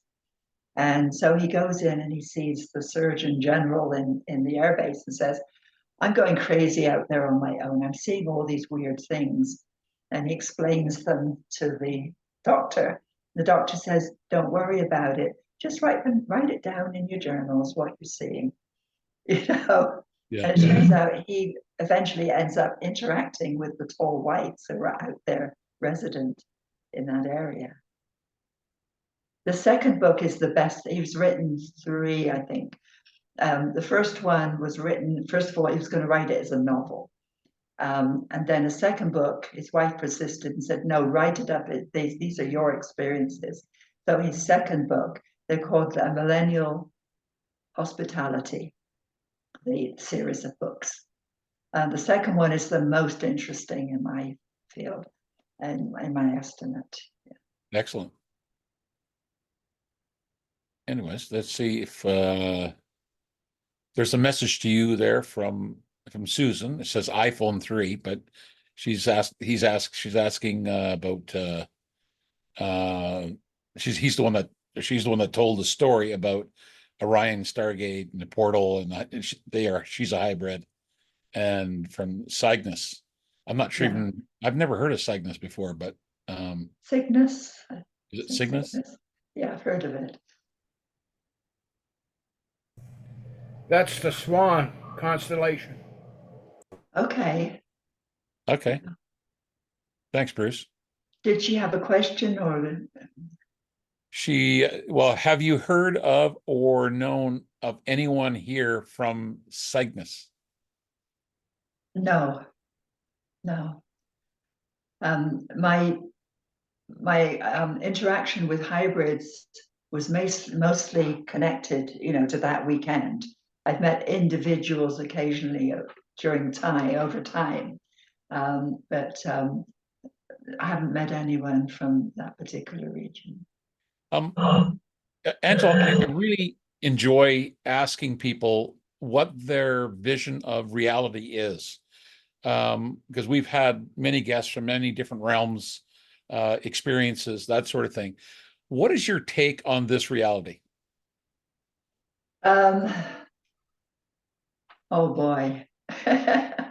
Sometimes I think that we created ourselves as we go, and we each live in our own reality. But we agree or disagree with others to survive, you know, in this shared reality.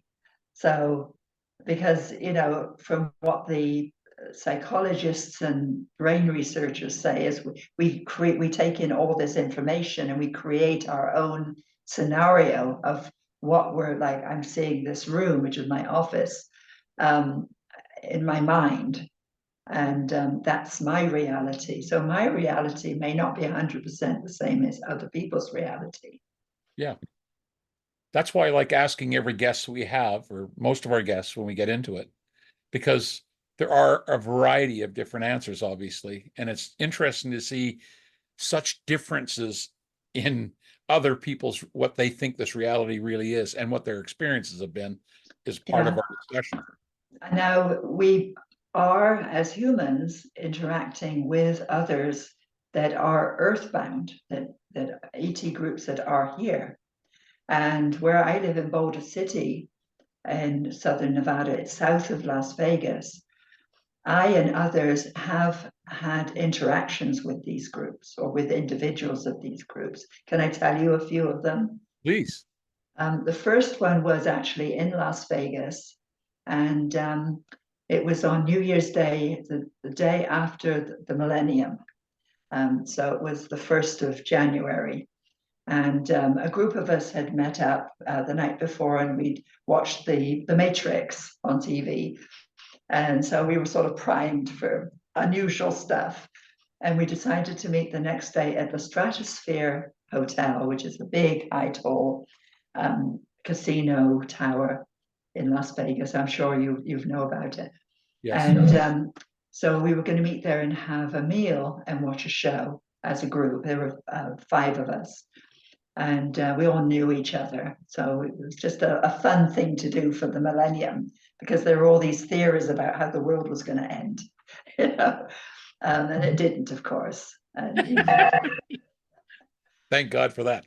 But after we'd had our meal, we'd seen the show, and we were walking back to the top of the escalator.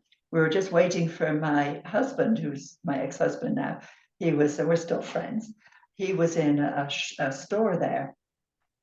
And as we were stood there waiting for him at the top of the escalator, this woman was standing there. She was 6 foot plus, very thin.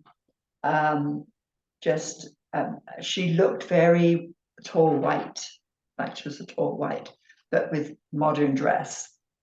And as I looked at her, you know, I started getting the chills. And I turned to the older gentleman who was with our group, who was an aerospace engineer. And I said, see the woman behind me? What do you think about? What do you think? You know, I said, he said, go and talk to her. And I said, no, I don't want to go talk to her. I was sort of creeped out a bit because she was so different, so strange. And he said, well, to be quite honest, she was just talking to me telepathically. Now, this is a guy who's down to earth. I mean, the last person you would think that would say, yeah, I'm talking to someone in my mind. And I said, well, why don't you go talk to her? He said, well, let's just watch and see what she does. So we did that. And then the group of us decided to go down the escalator because nothing was happening. And he said, I'm going to stay around, he said, and just watch. And it seems that a guy came up and talked to the woman. And then the 3 of them came down the escalator, and we were waiting at the bottom. And we all saw something different. A friend of mine saw the woman with the guy on the escalator, and they were talking, and Ron was behind them on the next step up listening. I saw him leaning over and talking to the woman, but I didn't see the guy. I was totally blind to him for some reason. I saw her come down. I saw her get off the escalator, and I thought, should I follow her? And I thought, no, that's creepy. I'm not going to do that. And I saw her walk off by herself. Everybody else saw her walk off with the guy. But he was cloaked to me. I didn't see him at all. And I'm pretty observant. And I said to Ron, what were you talking to her about? He said, I wasn't talking to her. The guy and her were talking, and I was listening. I said, no, I saw you, the 2 of you talking, and she was turning around and talking to you. And he said, no, we weren't talking. So he had us all write up our experiences after that individually. And I don't know what he's done with them. He's very elderly now, but I'm sure he still remembers that. So we think that was she was a hybrid. What do you mark that up to? A fracturing of timelines, and everyone's seeing something No, different? I think she was a visitor. I think probably the guy was a visitor. I call them visitors in quotes. Right. Visitors here. And so, you know, we happened to be in the same space as them at that time and interacted in some way. Wow. But there's more. There is more? Here in Boulder City, two of us, an Irish friend of mine, encountered some very weird people at our local hotel. You want to hear these? We're not going over time, are we? You can go as long as you like. We're here for you. Okay, as long as everybody's interested. So this friend Claire and I, she's Irish. She's now moved to England, but she's coming back in September, which I'm looking forward to. We would go after doing our water aerobics in the morning at the pool. We would go once a week and have breakfast at our local hotel, the hotel that was built in the beginning of when the Hoover Dam was being built. And we would go into the little garden room at the back and have our breakfast. And we kept encountering these pairs of individuals. I call them individuals. And the most interesting one was this couple that walked in, and Claire went, "Oh, no." And she pointed them out. And they sat at the table next to us. But whereas a couple very often sits opposite each other, they sat next to each other. And he sat in the corner of the wall, and she sat next to him. Now, the woman was about 4 foot something. She was really shortish, maybe between 4 or 5 feet.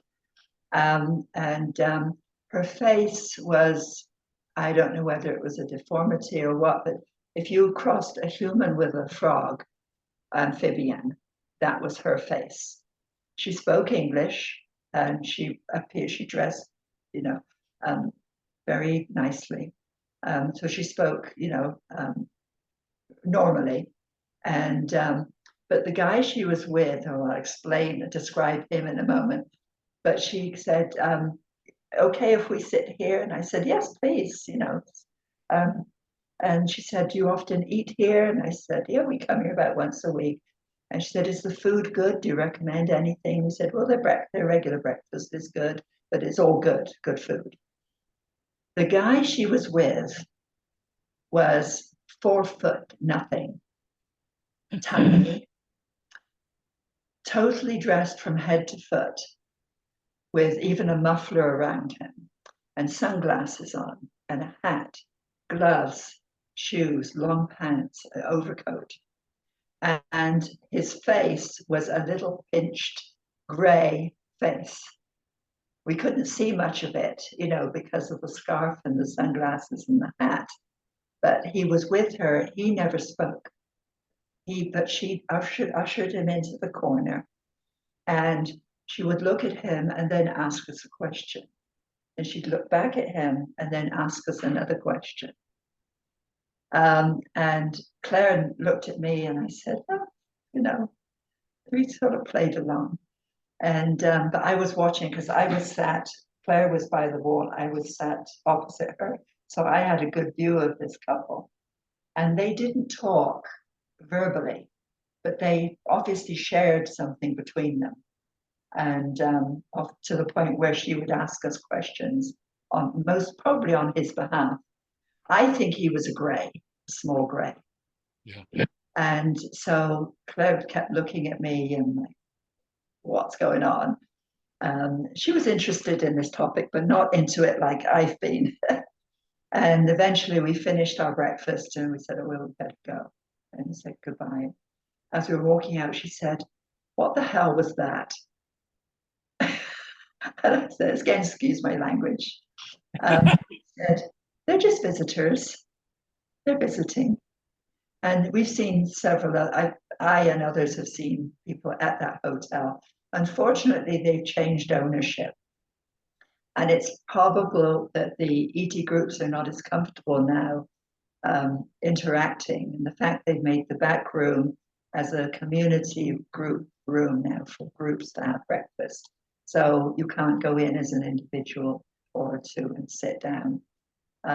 But I have encountered another one out in the main body of not a gray, this was like a tall white in the, yeah. So that was a definite meeting of a visitor or two visitors. Wow.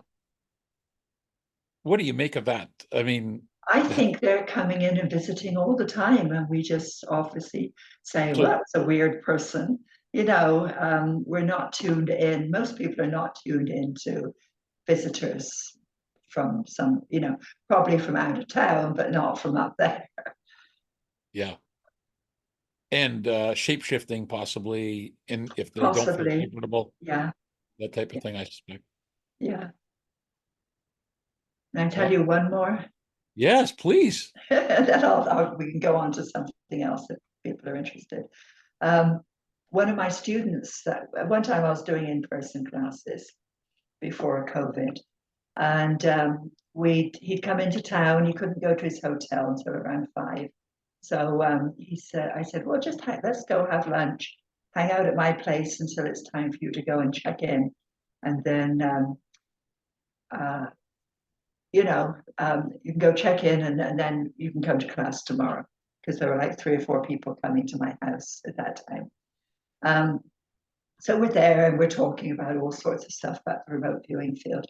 And suddenly I feel this hand saying, somebody putting their hand on my shoulder and saying, can I have some of your sugar packets? And I said, of course, please help yourself. And I turned around and there's this 6'0" tall guy, beautiful. And I went, whew, interesting guy. And he turns back, and I didn't turn around and look, he was on the table behind us. And my student looked at me and he said, that was weird. And I said, well, all he wanted was some sugar packets. He said, no. He said, he came over and put his hand on your shoulder and looked into your eyes for a couple of seconds, and you stared at him. And then he said, then could he have the sugar packets? I had no memory of him staring at me at all. It was just gone. Yeah. So, there's stories like that. They're here and they're interacting, and other people have these experiences, but they don't want to seem weird, so they don't usually talk about them. Yes. I'm actually headed this week, or 2 weeks from now, in Phoenix. They have the International Conference for near-death experiencers for 4 Okay. days, which I also have had some amazing 16 near-death experiencers telling me their story. Wow. And all these, I'm so blessed that I know you are living an incredible life that's more than interesting, let's just say. Yeah. And we're so blessed to have you here and actually, experience this. Oh, well, I like to share these experiences because other people may have them too and think they're, sort of put them in the back of their mind and don't even talk about them because they're so weird. But I hope that with my sharing, other people will feel, well, I've had those experiences too, not so weird. Yeah. Angela, this group started with the idea of being the UFO Congress used to have early morning sessions where people would come in and talk about their experiences. Mhm. And it was sort of a Yeah. room where everyone felt comfortable. You could say what you want. No one's recording. No one's criticizing. They're just here Yeah. to listen Yeah. and take it in. Our group is sort of like a self-healing group. There are many people in our group that have never really talked about anything. And some Yeah. people have come out and talked about some of their experiences, because some of them are traumatic from, first-time experiences. Maybe they haven't had any others. Some of them, we refer to them as like people in different levels of education. So you got kindergartens, people who, yeah, they believe in UFOs and would like to see one. And then you have the university professors that fly them. Yeah, like Lynn Buchanan. Yeah. We're very fortunate in this group to have so many very interesting people and Yeah. guests like yourself that make our night. And I just have to thank you. I know there's probably some more questions. If you're interested in staying longer, I could stay a bit longer. Yeah, I'm fine. Yeah. Yeah. Because there are people saying we'd love to have more. I see some of these. So do you have any other those type of anything you consider interesting you want to share with us? Why limit it? Where do I start? Yeah. Go to the most interesting one. Something you always remember, and you would just, after it was over, you go, wow.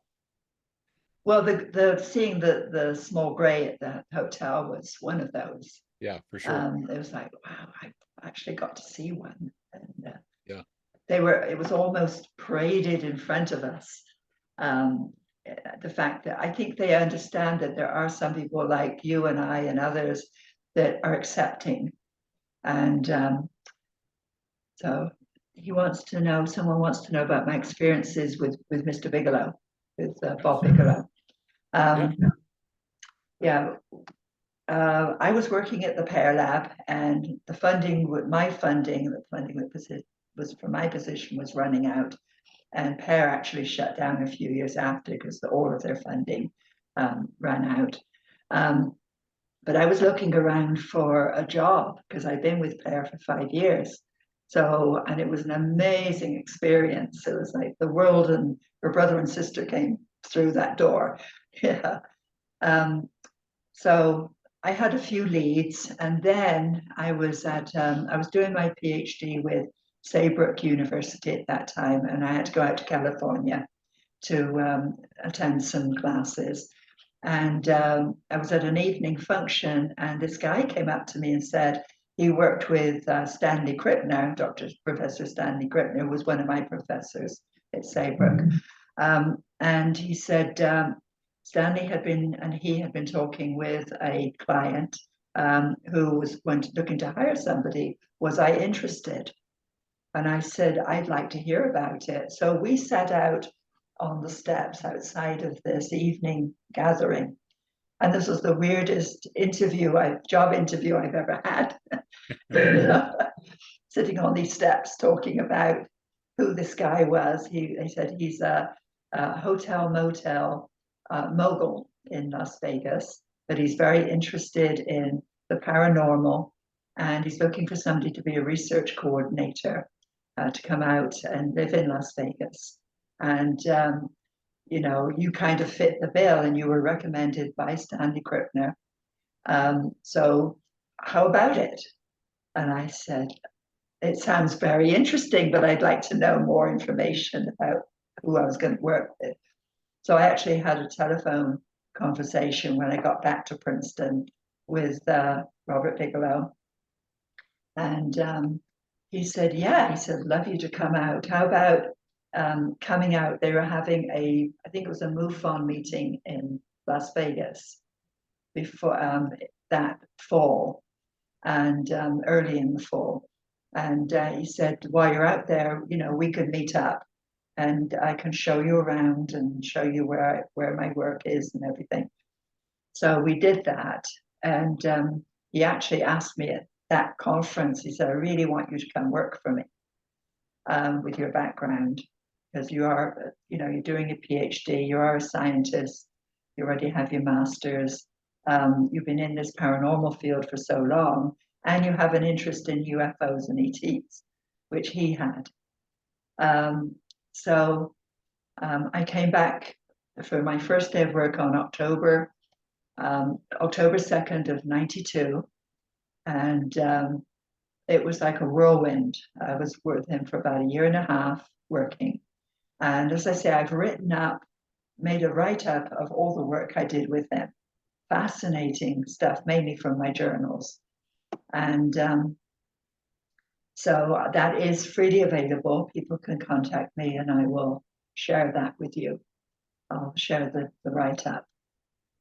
And I'd written it up originally for Ryan Wood for one of his conferences, which I wasn't able to attend because I was going to give a talk about my work with Robert Bigelow, but I wrote it up instead because I couldn't attend. So, I mean, we did everything this was prior to him buying Skinwalker Ranch.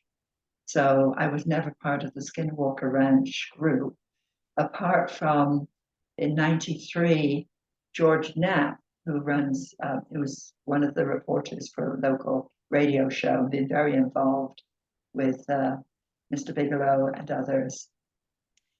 He contacted me for a remote viewing. This was after they bought the ranch and kind of settled in. And he wanted me and some of my group to remote view the ranch with some specific questions, which we did. And those eventually made it into Colin Kelleher and his book, Hunt for the Skinwalker. So in the chapter in there entitled The Military, he has our write-up of what we found.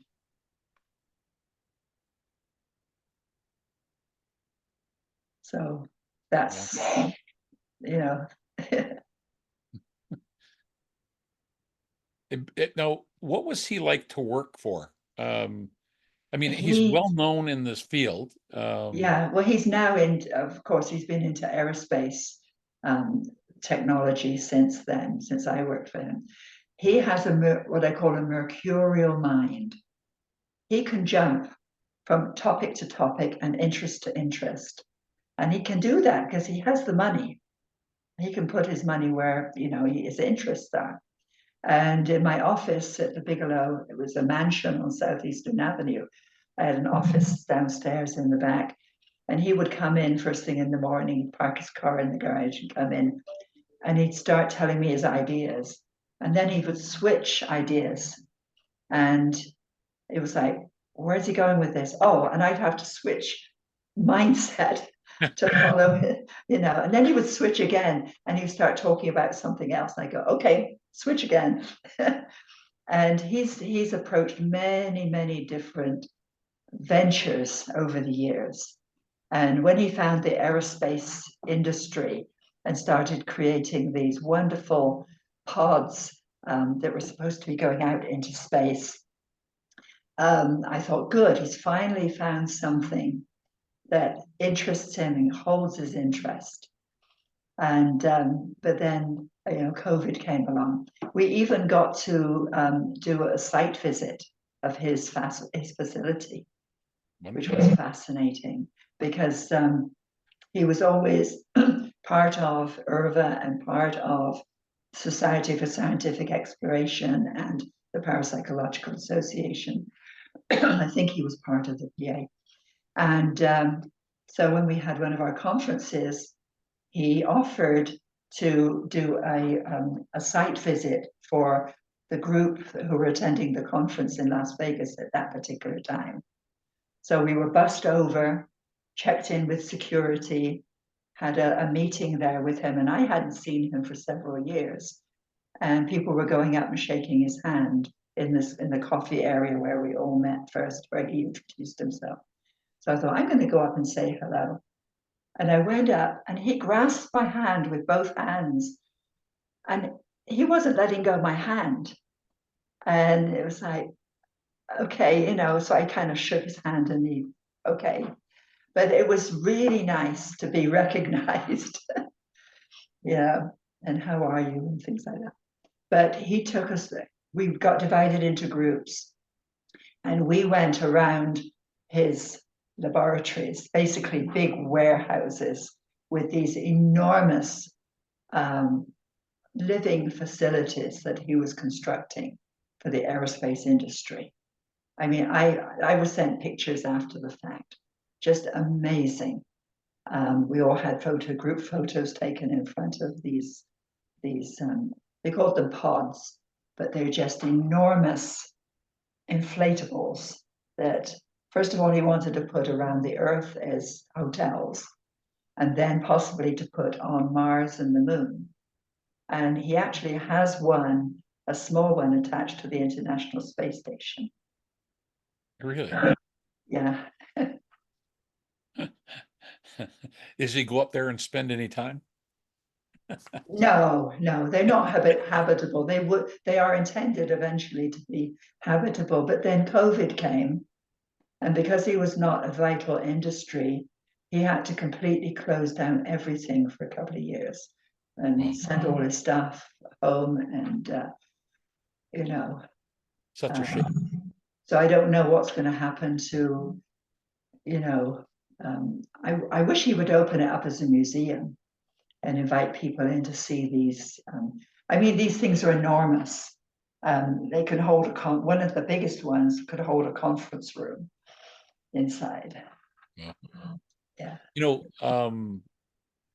When you talk about a guy like Bigelow or people that have money, and when you think about how uninteresting money is from one respect, where if they can do just about anything, and the idea of meeting someone who can talk about or go into Akashic records or can remote view something in another planet, to somebody like that, this is it's not money any longer. It's something that's of real value. Like it has something that is very seriously Although I didn't remote appreciated. view for him. He had his interest at that time when I worked for him were the UFO ET fields. Yeah. Yeah. But and I saw him last year. I had a lady friend visiting, and in Boulder City they have a walking ghost tour. Not the walking ghost. The ghost doesn't walk, but the people walk, and they're pointed out different areas where, you know, there've been apparitions or events happening. As I walked with my lady friend, down to the area we're meeting up, I thought, I know that face. And there was Robert Bigelow with a lady friend. He'd lost his wife a few years ago. And I looked at him and he looked at me and he said, Angela? I said, yeah, you know, and it was very nice. And he was with this lady, so he wanted some privacy. But every now and again, he kept looking around and smiling, like, I'm with a lady, you know. Very human. There's someone has just posted on the chat one of these pods and Bigelow in front of it, just showing it. Okay, yeah. Which is quite interesting. I wonder if they could pop that back up again. It's Maybe near the not. bottom. Just there's a link there you can look at. Yeah. Anyway, but these range from small, like storage unit, like shed size Right. pods, up to these enormous things that took up almost a whole warehouse. Just Wow. incredible. Yeah. Yes. Listen, we've taken up a lot of your time tonight. We do very much appreciate it. I know you're welcome. I watch the chat quite often during our discussions, and people are really impressed with it. By the way, people in the chat, if you go into there and just select all, you can copy the entire thing at once if you want to look at some of the comments made and that sort of thing. And I've been seeing a few of them. yeah, that's good. So, Yeah. but we're so blessed to have people like you come on and share. And I can see that you get some enjoyment out of it yourself. The idea I do, because you know, I'm still looking for answers myself. And these experiences are just add to the bigger picture, put it that way. Well, I can't say more than thank you. And what a great birthday present, by the way, having you to actually enjoy this type of a evening and to share so many different types of experiences and reality as you see them and perceive them. And remote viewing is an amazing thing. We thank you, and hopefully we can have you on again sometime. I know in the near future we can have you on again if that's something. Just let me know. So we'd like to just say what you've done and how you've carried yourself is you're a wonderful human being. You shared everything. Thank you. Came on here. We don't pay you anything for doing this, which no, I in our just group. like to share But my experiences. the value of what you deliver to us is so enormous, and our people that'll watch us on YouTube, this will be seen forever, and it'll be one of those things that people will share and say, "Have you watched this episode?" Because I get a feeling that every time I watch a show, I sort of know how a show goes, and when I talk less, I know it usually gets better. So that's fantastic. So anyways, we'd all like to thank you for being here, and we can stay after. I'm going to stop the recording right now. Yeah, thank you for letting me share your birthday party. Yeah. Yes. I appreciate it. I should have invited you, but